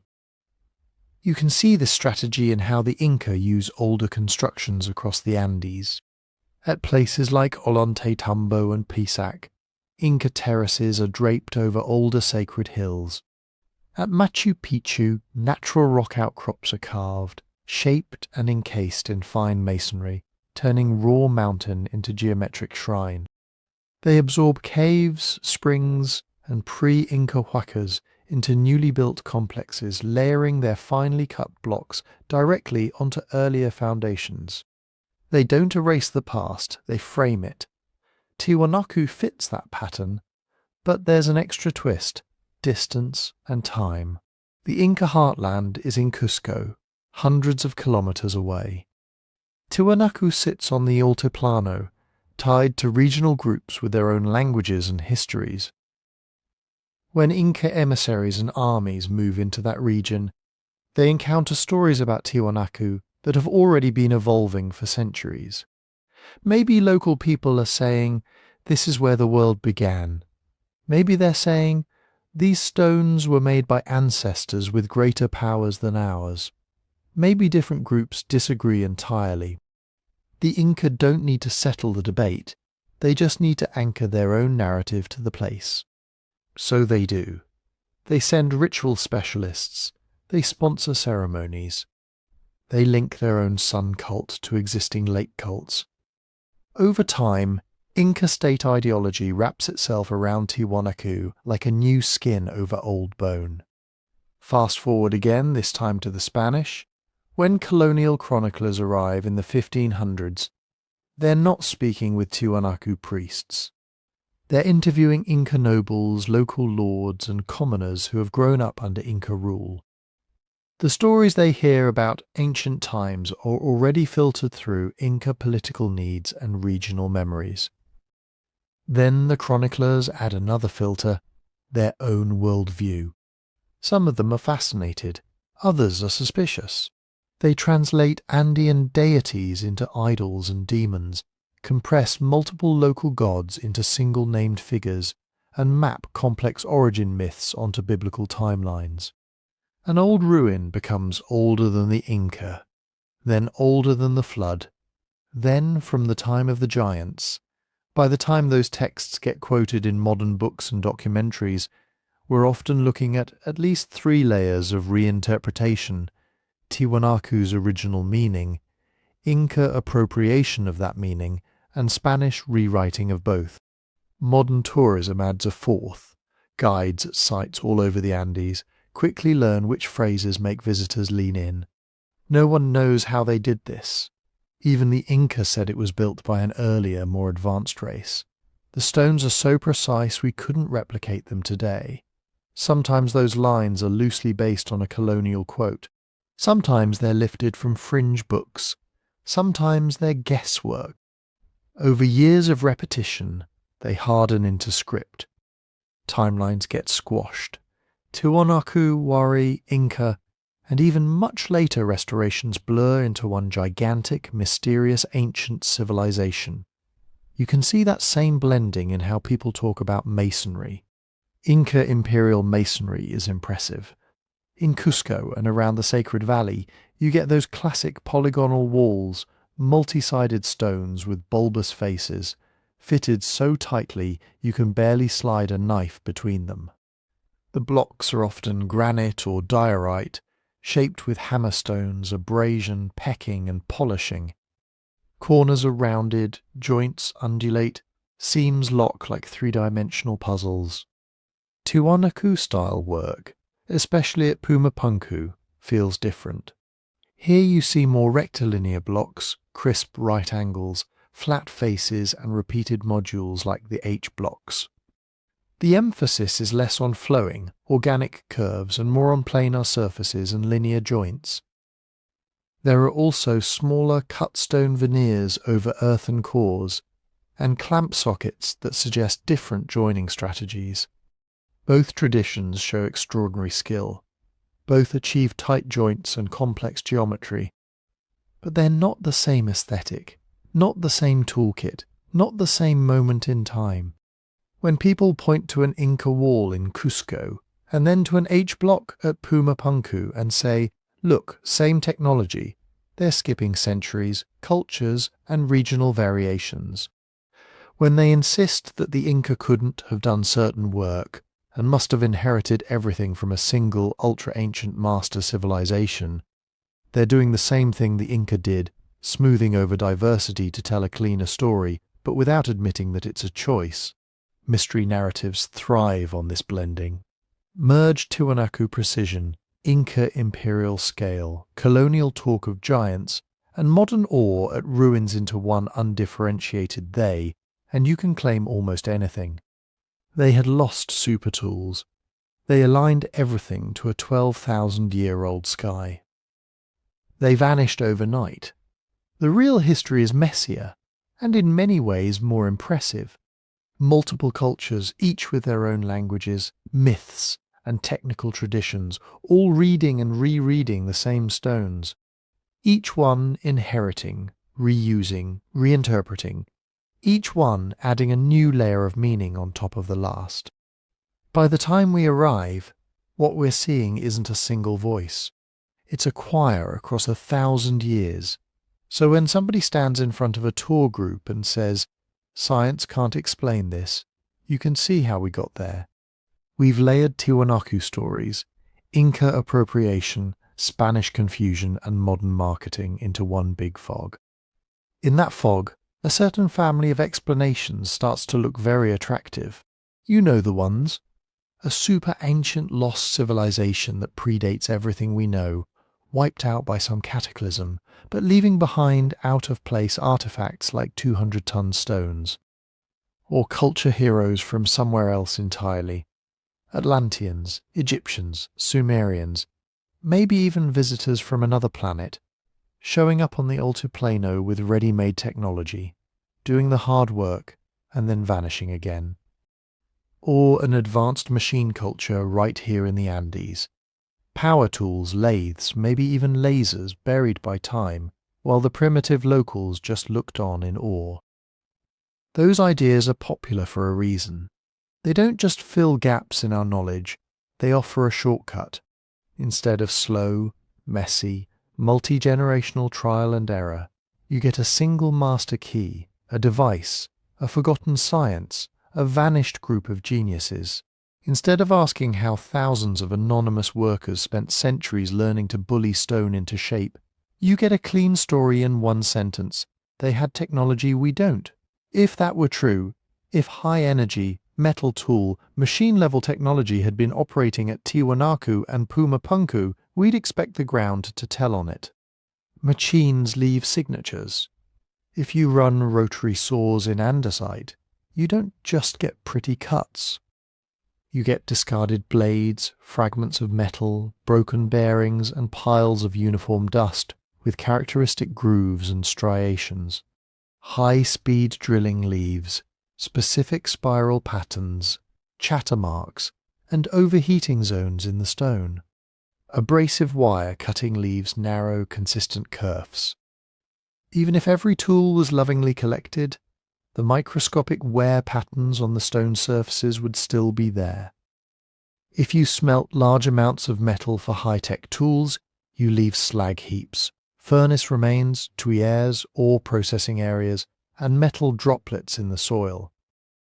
If you power machines with fuel, you leave residues of that too. Massive charcoal dumps, distinctive combustion products, sometimes chemical pollution. Archaeologists know how to look for this stuff. They find it all over the world in contexts with nothing like Puma Punku's stones. Roman quarries, medieval workshops, early industrial sites, tiny metal filings stuck in cracks, smeared residues where a tool bit dug too deep, slag layers that light up in chemical analysis. At Tiwanaku and Puma Punku, we don't see that pattern. We see hammerstones. We see pecking marks. We see polish where grit has been rubbed for a long time in one direction. We see half-finished blocks with layout lines, with mistakes corrected, with corners abandoned mid-process. We see quarries with extraction scars that match the blocks on site. We see copper alloy clamps and traces of metalworking appropriate to the time and region, not out-of-sequence industrial debris. That doesn't mean we've catalogued every tool or fully mapped every workshop. it does mean the overall picture lines up very well with a different kind of explanation. Not a single miracle technology, a whole ecosystem of skills. Imagine hundreds of specialists who spend their entire lives doing almost nothing but stone. Quarry crews who know exactly how to exploit a natural fracture. Rough-out teams who can read a block and turn it from a lump into a near-final shape with hammerstones and pecking.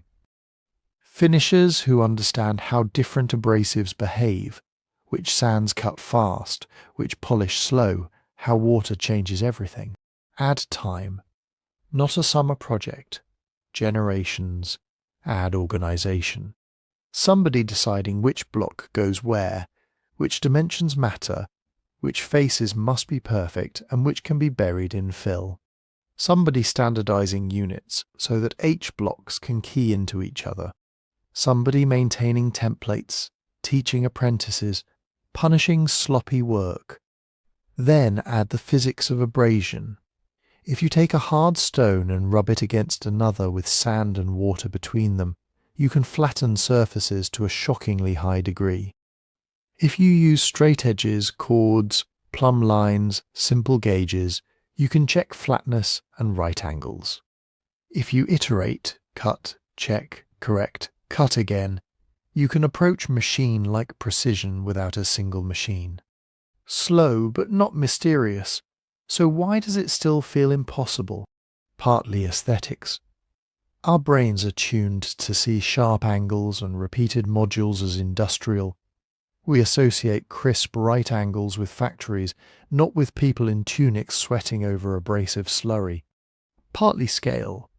Most of us have never personally moved a 20-ton anything, let alone a 100-ton stone at 3,800 meters above sea level. Our day-to-day reference frame is moving a couch, not an obelisk. Ancient builders were playing in a different weight class. Partly selective imagery. The internet feeds us the tightest joints, the cleanest angles, the most perfect blocks, cropped so you don't see the rougher courses, the rubble cores, the repairs, the failures. If the only photos you ever see are of 3 H blocks that look like they came off an assembly line, your brain fills in the rest of the site to match, and partly mistrust. Centuries of colonialism, academic gatekeeping and scientific arrogance have left a lot of people suspicious of official stories. When an expert says it was just stone hammers and sand, it can sound like dismissal, like they're brushing off your sense that something extraordinary happened here. So there's a tension. On one side, the mainstream model, long practice, coordinated labour, clever low-tech engineering, and a lot of patience. On the other, narratives of impossible tech that promise a dramatic reveal, a secret chapter of human history, a hidden layer of the world. We don't have to choose between boredom and fantasy. We can keep the wonder, the honest feeling that these constructions are outrageous, without jumping straight to certainty about lasers or lost continents. We can ask questions that are specific enough to test. What exact abrasives were used here? Can we reproduce this joint with period-appropriate tools? Where are the work areas, the ramps, the scaffolds? What does residue analysis on these surfaces actually show? When you start asking that kind of question, something shifts. The stones stop being props in a mystery story and start becoming evidence. Not of a single answer, but of a process we can slowly reconstruct. And that's where the disappeared part of the story really begins to matter, because the people who built this system didn't vanish into thin air. Their world changed, their networks broke, their skills moved, morphed, and sometimes died out. Understanding that collapse is the next step. When people say Tiwanaku collapsed, it sounds like a building falling down in an afternoon. 1 minute there's a state, the next minute there's just empty land and confused llamas. That's not how this usually works. In archaeology, collapse is a kind of shorthand. It doesn't mean everybody died out overnight. It usually means 3 overlapping things. First, political fragmentation. The big, centralized authority that was coordinating labor, collecting tribute, moving food and stone and copper across huge distances, stops working. Regional centers peel off. Local bosses ignore the old capital. What used to be one coherent system becomes a patchwork of smaller, competing ones. Second, depopulation. Not necessarily everywhere, and not forever, but key hubs can empty out. Neighborhoods shrink, monumental building ceases, fields get abandoned or downsized. You see fewer burials, less trash, thinner occupation layers. Archaeologists read that as fewer people or at least less concentrated settlement. Third, cultural transformation. The symbols change. Old gods get sidelined, new iconography appears, pottery styles shift, textiles follow different patterns. Sometimes people keep speaking related languages, practicing related rituals, but the way they organize power and meaning drifts far enough that, a few centuries later, you can legitimately talk about a different culture. Put those three together, and from a distance of 1,000 years, it absolutely can look like somebody disappeared. With Tiwanaku one of the leading suspects behind that kind of slow-motion disappearance is climate. The Tiwanaku heartland sits high, dry, and cold.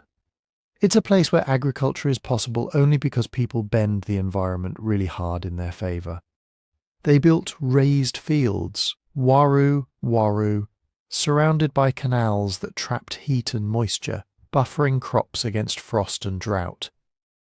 They terraced slopes, managed wetlands, tuned planting schedules to the quirks of Andean weather. That's brilliant engineering, but it's also a kind of tightrope act. High-altitude systems are exquisitely productive when everything lines up. The right amount of rain, the right freeze-thaw cycles, water channels maintained, labour mobilised. But they're also highly vulnerable. A few years of unusually heavy rain can flood fields and erode terraces. A sequence of droughts can drop lake levels, dry canals, and turn carefully balanced wetlands into dust. Paleoclimate data from around Lake Titicaca suggest that the centuries after Tiwanaku's peak were not stable. Shifts in rainfall patterns, changing lake levels, evidence for prolonged drought episodes. None of this maps one-to-one onto, and then the state falls, but it does sketch a background of rising environmental stress. And when your entire political economy is built on promising that you can make the Altiplano feed people, climate stress is not just a farming problem, it's a legitimacy problem. If harvests start failing more often, elites have fewer surplus goods to hand out. Rituals tied to water and fertility look less convincing. Commoners pressed into building ever more elaborate monuments might begin to question why they're hauling blocks if the gods, and the rulers who speak for them, can't keep frost off the potatoes. Internal pressures start to matter more. You can imagine competition inside the elite, factions blaming each other for disasters, priests and administrators arguing over ritual versus reform, regional leaders seeing an opening to keep more tribute at home. Maybe conscript labour ramps up to fix damaged infrastructure just when households are already strained by bad harvests. Those are the kinds of stresses that can turn a tightly integrated system brittle. Over time, outlying regions that were once firmly under Tiwanaku's ideological and economic umbrella may begin to drift. They keep some rituals, drop others, they maintain parts of the road network, but stop sending as much to the core. Local styles creep in. The monumental centre stops growing, then slowly starts to hollow out. From the vantage point of a modern tourist walking through empty plazas, that's easy to misinterpret. You see toppled stones and wind-swept platforms and think, everyone vanished. But look closer, and the story changes. People in the region didn't all pack up and teleport away when Tiwanaku's ceremonial centre declined. Many stayed on the Altiplano, others shifted downslope or into more defensible valleys. Their descendants show up in later polities, speaking related Aymara languages, farming similar crops, using some of the same landscape tricks. The raised fields don't vanish, some go out of use, some get reoccupied, some are revived centuries later. The big thing that disappears is not the population, it's the particular way power and labour were organised around this one sacred city. In other words, Tiwanaku didn't so much end as it stopped being Tiwanaku in the form that built Puma Punku. The stoneworking traditions that seem so mysterious to us were embedded in that larger system, in its surplus, its specialists, its armies of workers, its rituals of obligation. When that system fragmented under climatic stress, internal conflict and political erosion, the conditions that supported that exact craft ecology went with it. What remained was a changed landscape, a changed network of communities, and a set of ruins that would be reinterpreted over and over again by later Andean cultures, by the Inca, by the Spanish, and now by us. To see what actually happened on the ground, we have to leave the big narrative words collapse, disappearance, and get down into the dirt, layer by layer. That's where the next part of the story comes from. So what do those layers actually say? When archaeologists talk about dates at Tiwanaku and Puma Punku, they're not pulling numbers out of thin air or channeling ancient stone masons. They're doing something much messier and a lot more interesting, building timelines out of trash, dirt and charcoal. Start with the classic radiocarbon. If you burn a piece of wood in a hearth, or use it in a roof beam, or leave food scraps in a pit, that organic material carries a chemical clock. While it was alive, it absorbed carbon from the atmosphere, including a radioactive form called carbon-14. After it dies, the carbon-14 decays at a known rate. Measure how much is left, and in principle you can estimate when that thing stopped exchanging carbon with the air. In practice, there are a few catches. First, radiocarbon doesn't date stones. It dates the organic stuff found in association with them. A beautifully cut block might get its apparent age from the charcoal sitting in the mortar below it, or from a burnt layer that runs up against its foundation. If that charcoal came from an old tree, or from wood reused from an earlier structure, the date you get might be older than the actual construction. Second, radiocarbon gives you ranges, not single points. A lab might tell you this sample is most likely from somewhere between 680 and 880 CE, with a peak probability around 760. That's already a 200-year window. Then you have to calibrate those numbers because the amount of carbon-14 in the atmosphere has varied over time. Calibration curves tighten some dates and smear others. So when you hear someone say Puma Punku was built in the year X, they're compressing a lot of uncertainty into a single, confident-sounding number. Because of that, archaeologists never rely on radiocarbon alone. They anchor those dates in context using stratigraphy, the order of layers in the ground. Imagine a lasagna made over centuries, one layer of occupation on top of another. People build a platform, live on it, burn offerings, dump trash. Then, after a while, someone levels part of it, builds a wall, paves a surface, and so on. Each event leaves a distinct layer.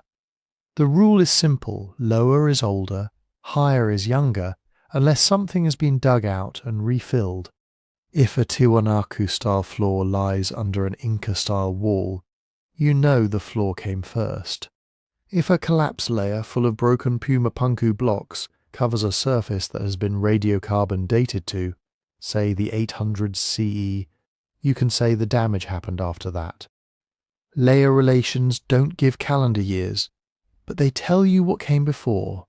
What? Which is often more important than the exact date. Then there's ceramic sequencing. Pottery styles change over time. Shapes, surface treatments, pigments, Iconography.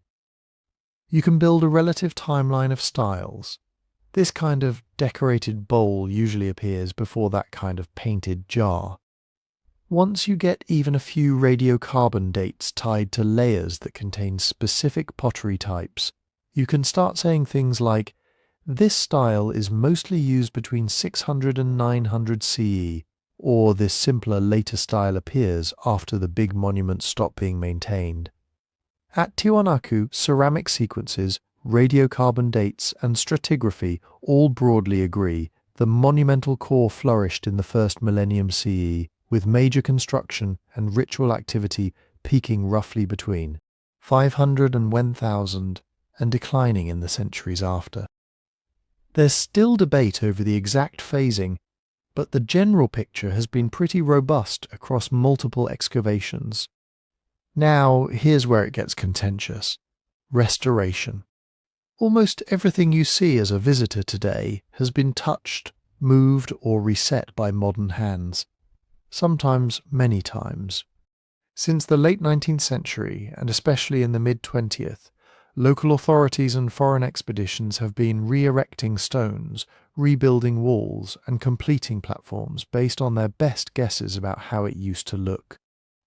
Sometimes they guessed well, sometimes less so. Blocks were pulled from secondary positions where they'd fallen or been reused, and put back in ways that matched early drawings or the expectations of the restorers. In some cases, pieces from different construction phases were combined into single monuments that might never have existed in that exact form. Cement was added, foundations were altered. This is why provenance, the exact original find spot and context of a stone or artifact, matters so much. A carving found in a sealed ritual deposit beneath a platform tells you one kind of story. The same carving dragged from a farmer's field a kilometre away, with no record of its original position, tells you much less. You still know craftsmanship and iconography, but you've lost the crucial link to a specific layer, a specific time slice.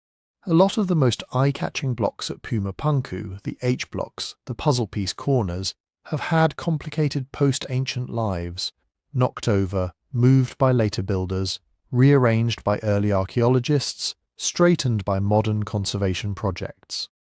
That doesn't mean they're fake.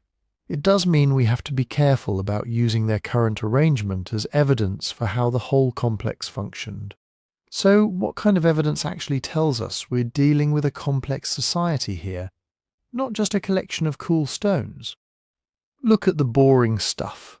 Across the Tiwanaku heartland, excavations have uncovered dense residential neighbourhoods, not just near the ceremonial core but scattered in surrounding zones, house compounds with multiple rooms built around patios.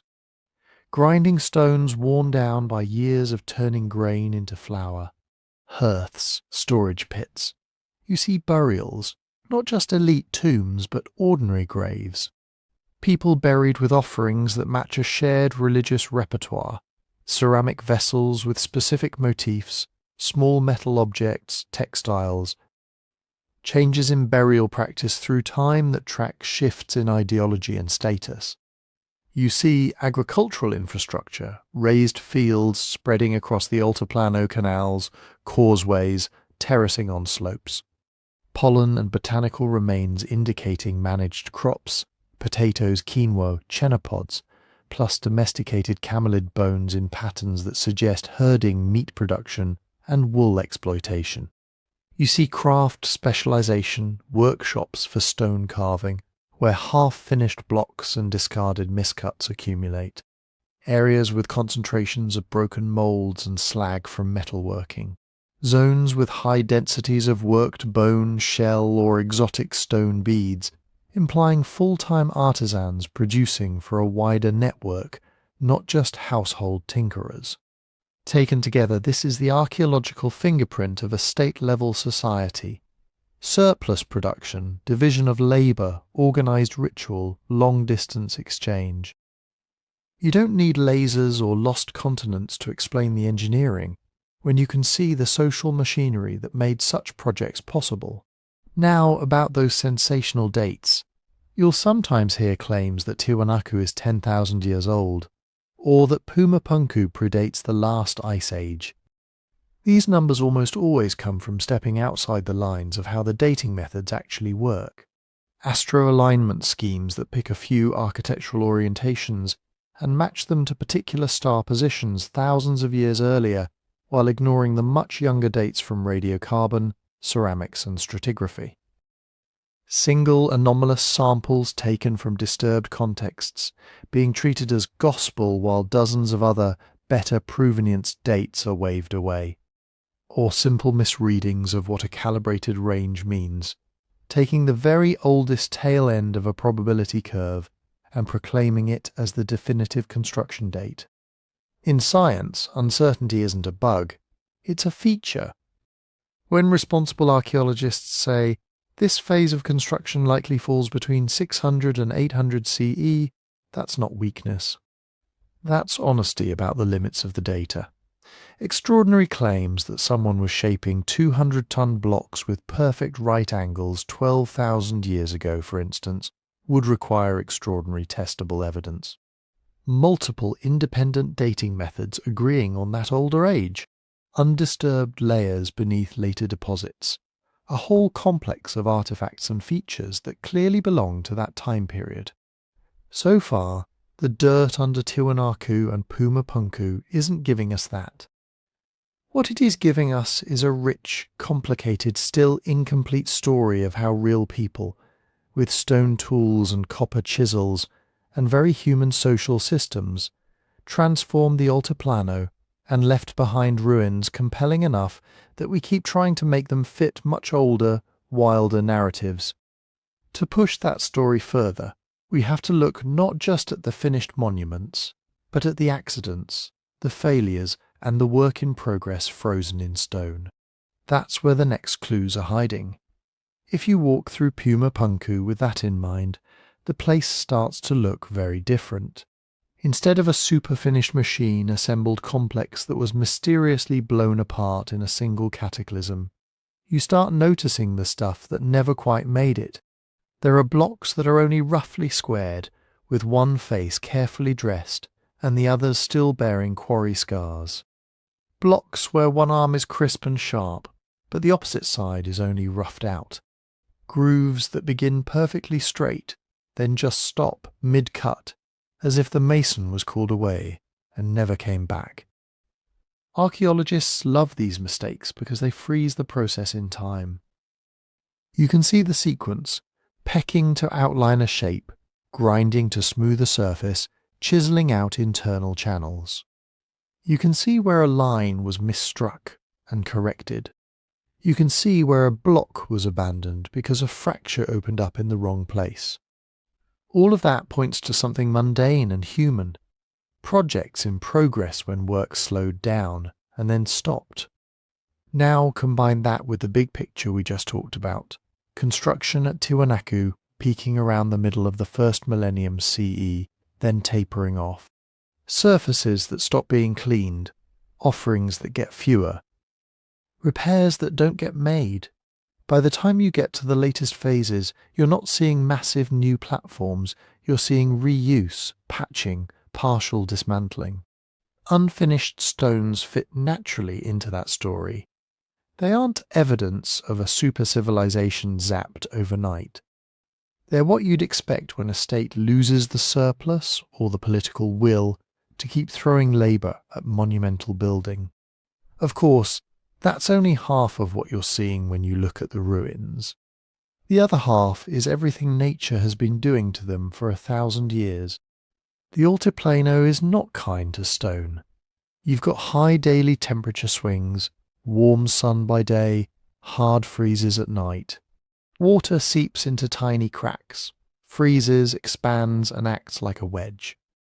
That's freeze-thaw weathering, and over centuries it will pry apart even tight joints. Earthquakes shake everything.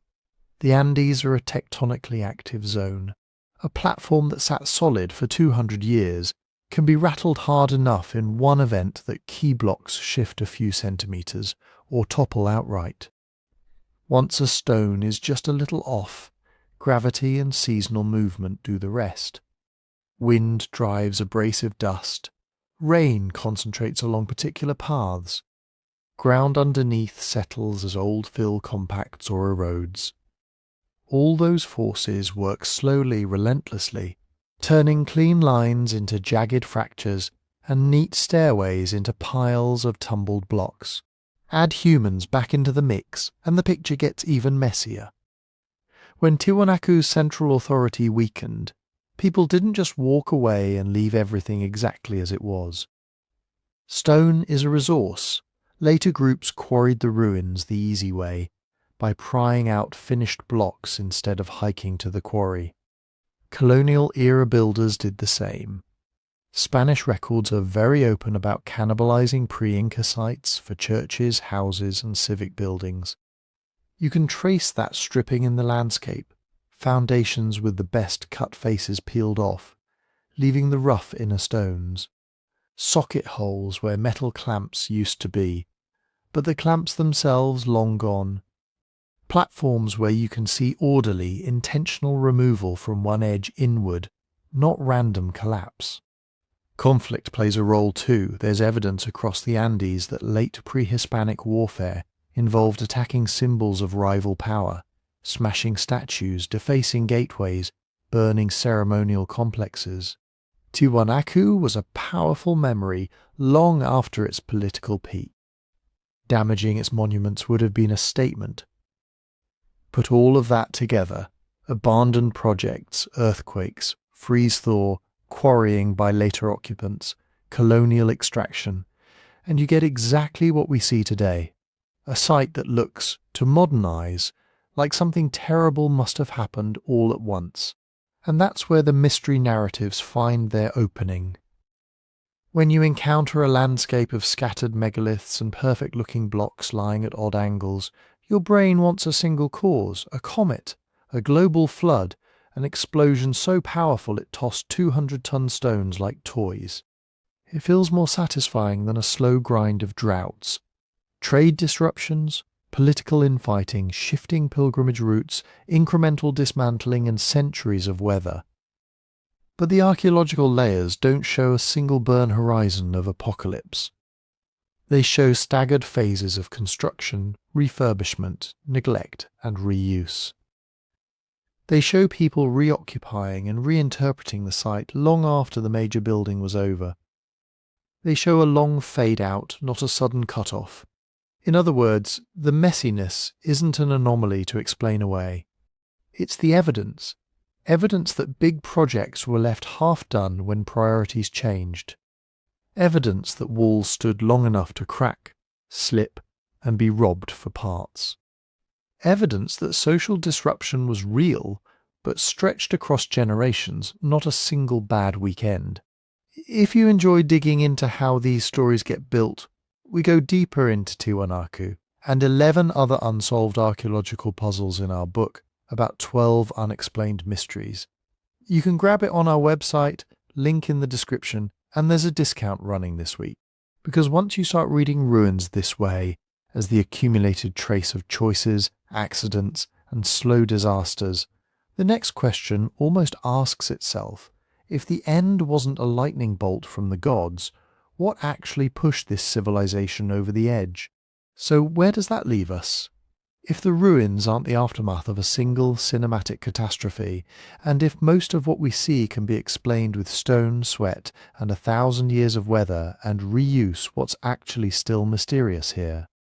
A lot once you zoom in from the big picture to the details. Start with the quarries. We know the general sources. Sandstone from relatively nearby, andesite from across the lake on the Copacabana Peninsula. In a broad sense, that part isn't controversial, but from that peninsula somewhere isn't the same as from this exact face, dragged along this exact route, in this exact order. For some of the biggest blocks, no one has yet mapped a continuous convincing path from source to final resting place that accounts for all the constraints, slope angles, soil conditions, available water, seasonal access, and the way ancient causeways line up, or don't? Did they use direct overland sledging for all of it, or were some legs done by water?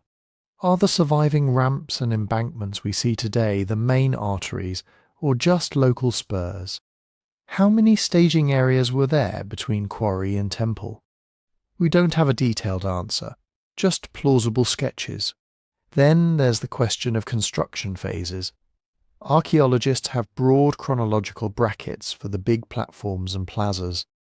We can say this monument belongs to Tiwanaku Fourth. That one is more like Tiwanaku Fourth. What we don't yet have is a truly fine-grained sequence for the most famous cut stones themselves.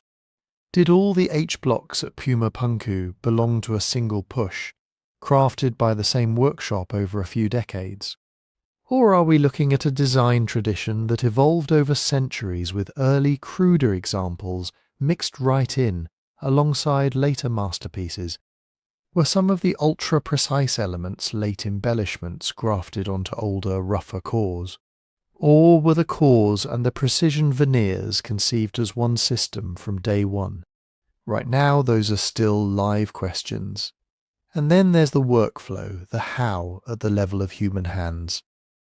We can list the tools that were available: stone hammers, harder cobbles, bronze chisels, abrasives, maybe wooden drills or bow drills with sand slurries. We can point to experimental archaeology that shows you can, in fact, grind a straight channel in andesite with patience and sand.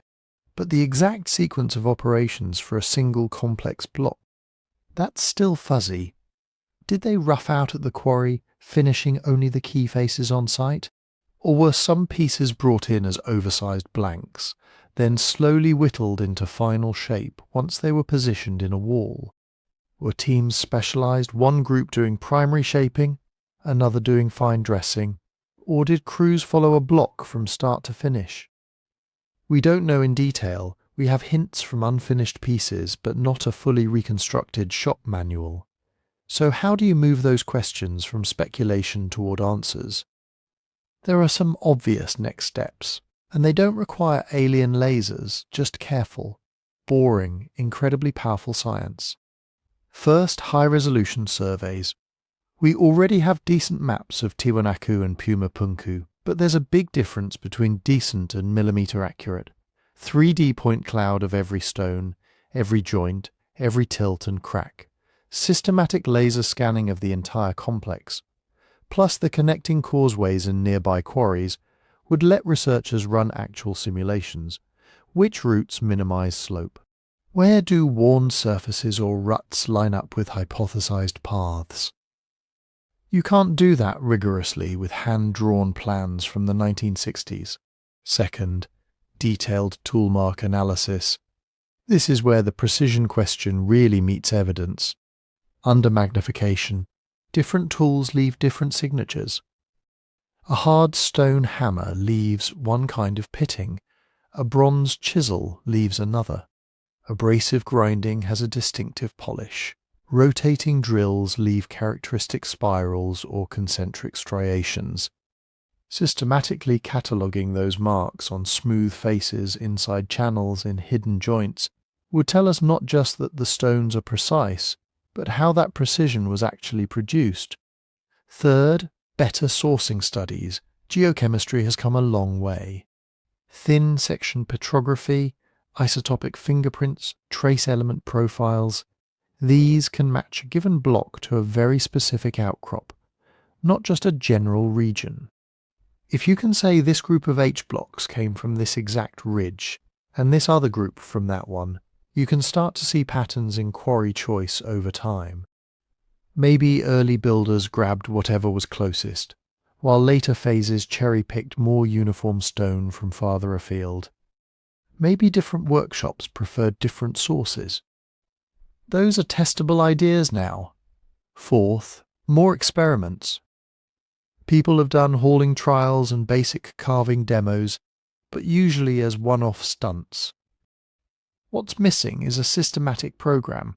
Replicate a specific feature, a clamp groove, an inside corner, a long straight rebate, using only tools and materials documented in the region. Time it. record the labour, document the marks. Do it a few different ways to see which technique produces surfaces and errors that actually match the real blocks. That doesn't just answer could they.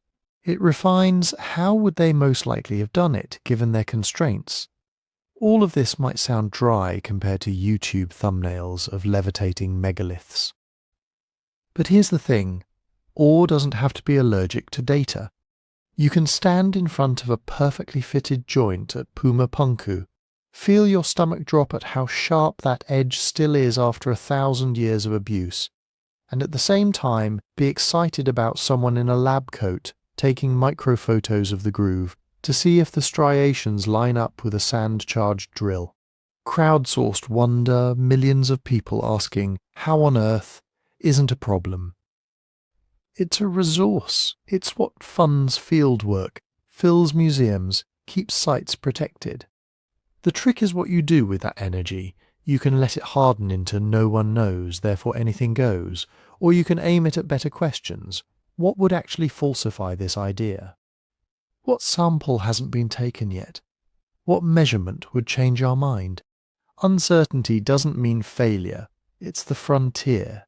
If every quarry path was mapped, every block sequence nailed down, every tool mark classified, Puma Punku would stop being a mystery and start being something else. A case study in how far human beings can push stone with Bronze Age tools and social organisation. We're not there yet. There are still gaps large enough for wild theories to squeeze through.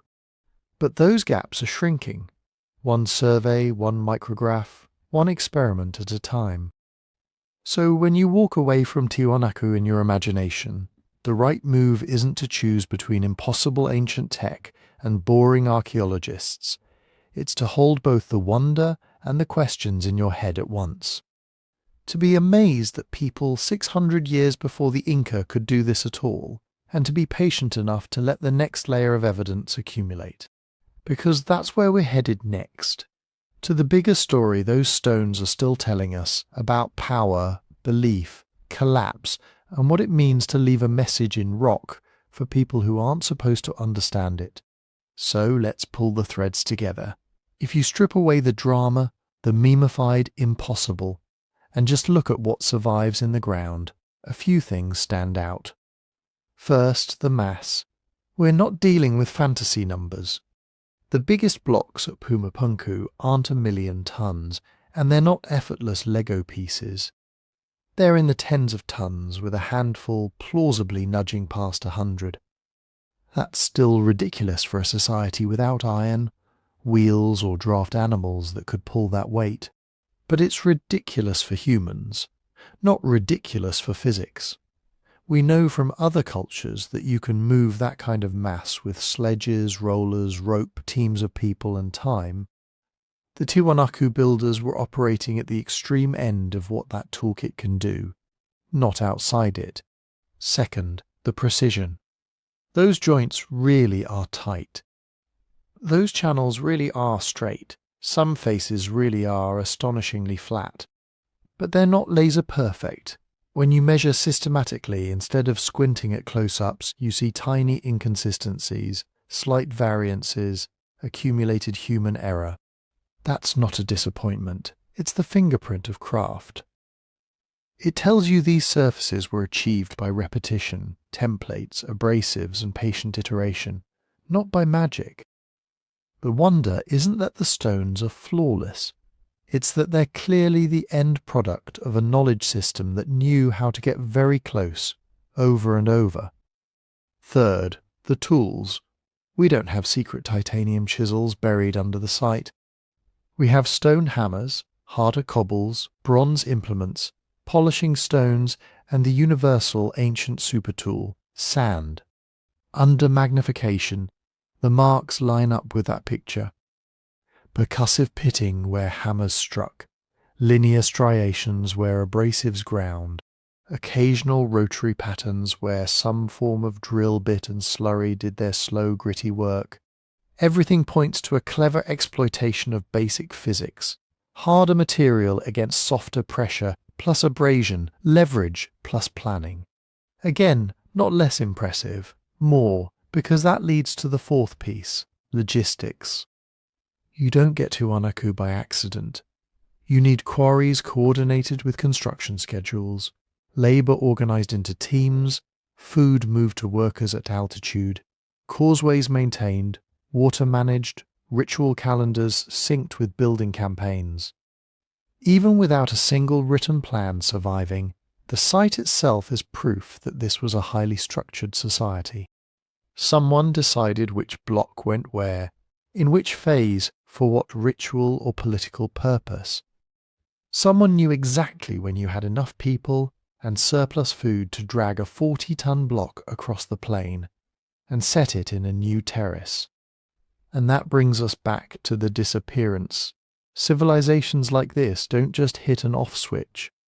They fray. Droughts bite a little harder each decade. Trade routes shift. Elates overextend. Rituals that once felt necessary start to feel optional. Stone projects stall half-finished. A platform is robbed of blocks to repair something more urgent. People drift away to better land or get absorbed into rising neighbours. From the outside, looking back through a keyhole of ruined walls and radiocarbon dates, it's tempting to call that collapse. From the inside, it felt more like a long, uneven slide, a transformation that took generations. Tiwanaku's political system failed. Its stone didn't. The blocks stayed. Later cultures reinterpreted them, reused them, mythologized them. That's the story that survives in stone. Not just how high a people could build, but how long their work could outlive their name. And the story isn't finished. New quarry matches could redraw the map of how materials flowed across the landscape. A single well-dated construction layer under an H-block could tighten the timeline by centuries. Microanalysis of metal residues in clamp sockets might force us to rethink what alloys they were using, and when. A buried workshop, walls, tools, half-finished blocks would change "we think they could have done it this way" into "we can see exactly how they did." Any one of those discoveries would ripple out into everything you've just heard. The picture would sharpen. Some favourite theories would die. New, better ones would take their place. That's why it's worth staying curious, and also staying comfortable with "we don't know yet." If you want to keep going deeper into this kind of deep-time detective work, there's a book on the website that dives into 12 prehistoric secrets from around the world. Tiwanaku is just one chapter in a much bigger puzzle. You'll find the link down in the description. If you found this useful, or if it made you look at those impossible stones a little differently, take a second to hit like, subscribe for more dives into ancient engineering, and share this with someone who loves this stuff as much as you do.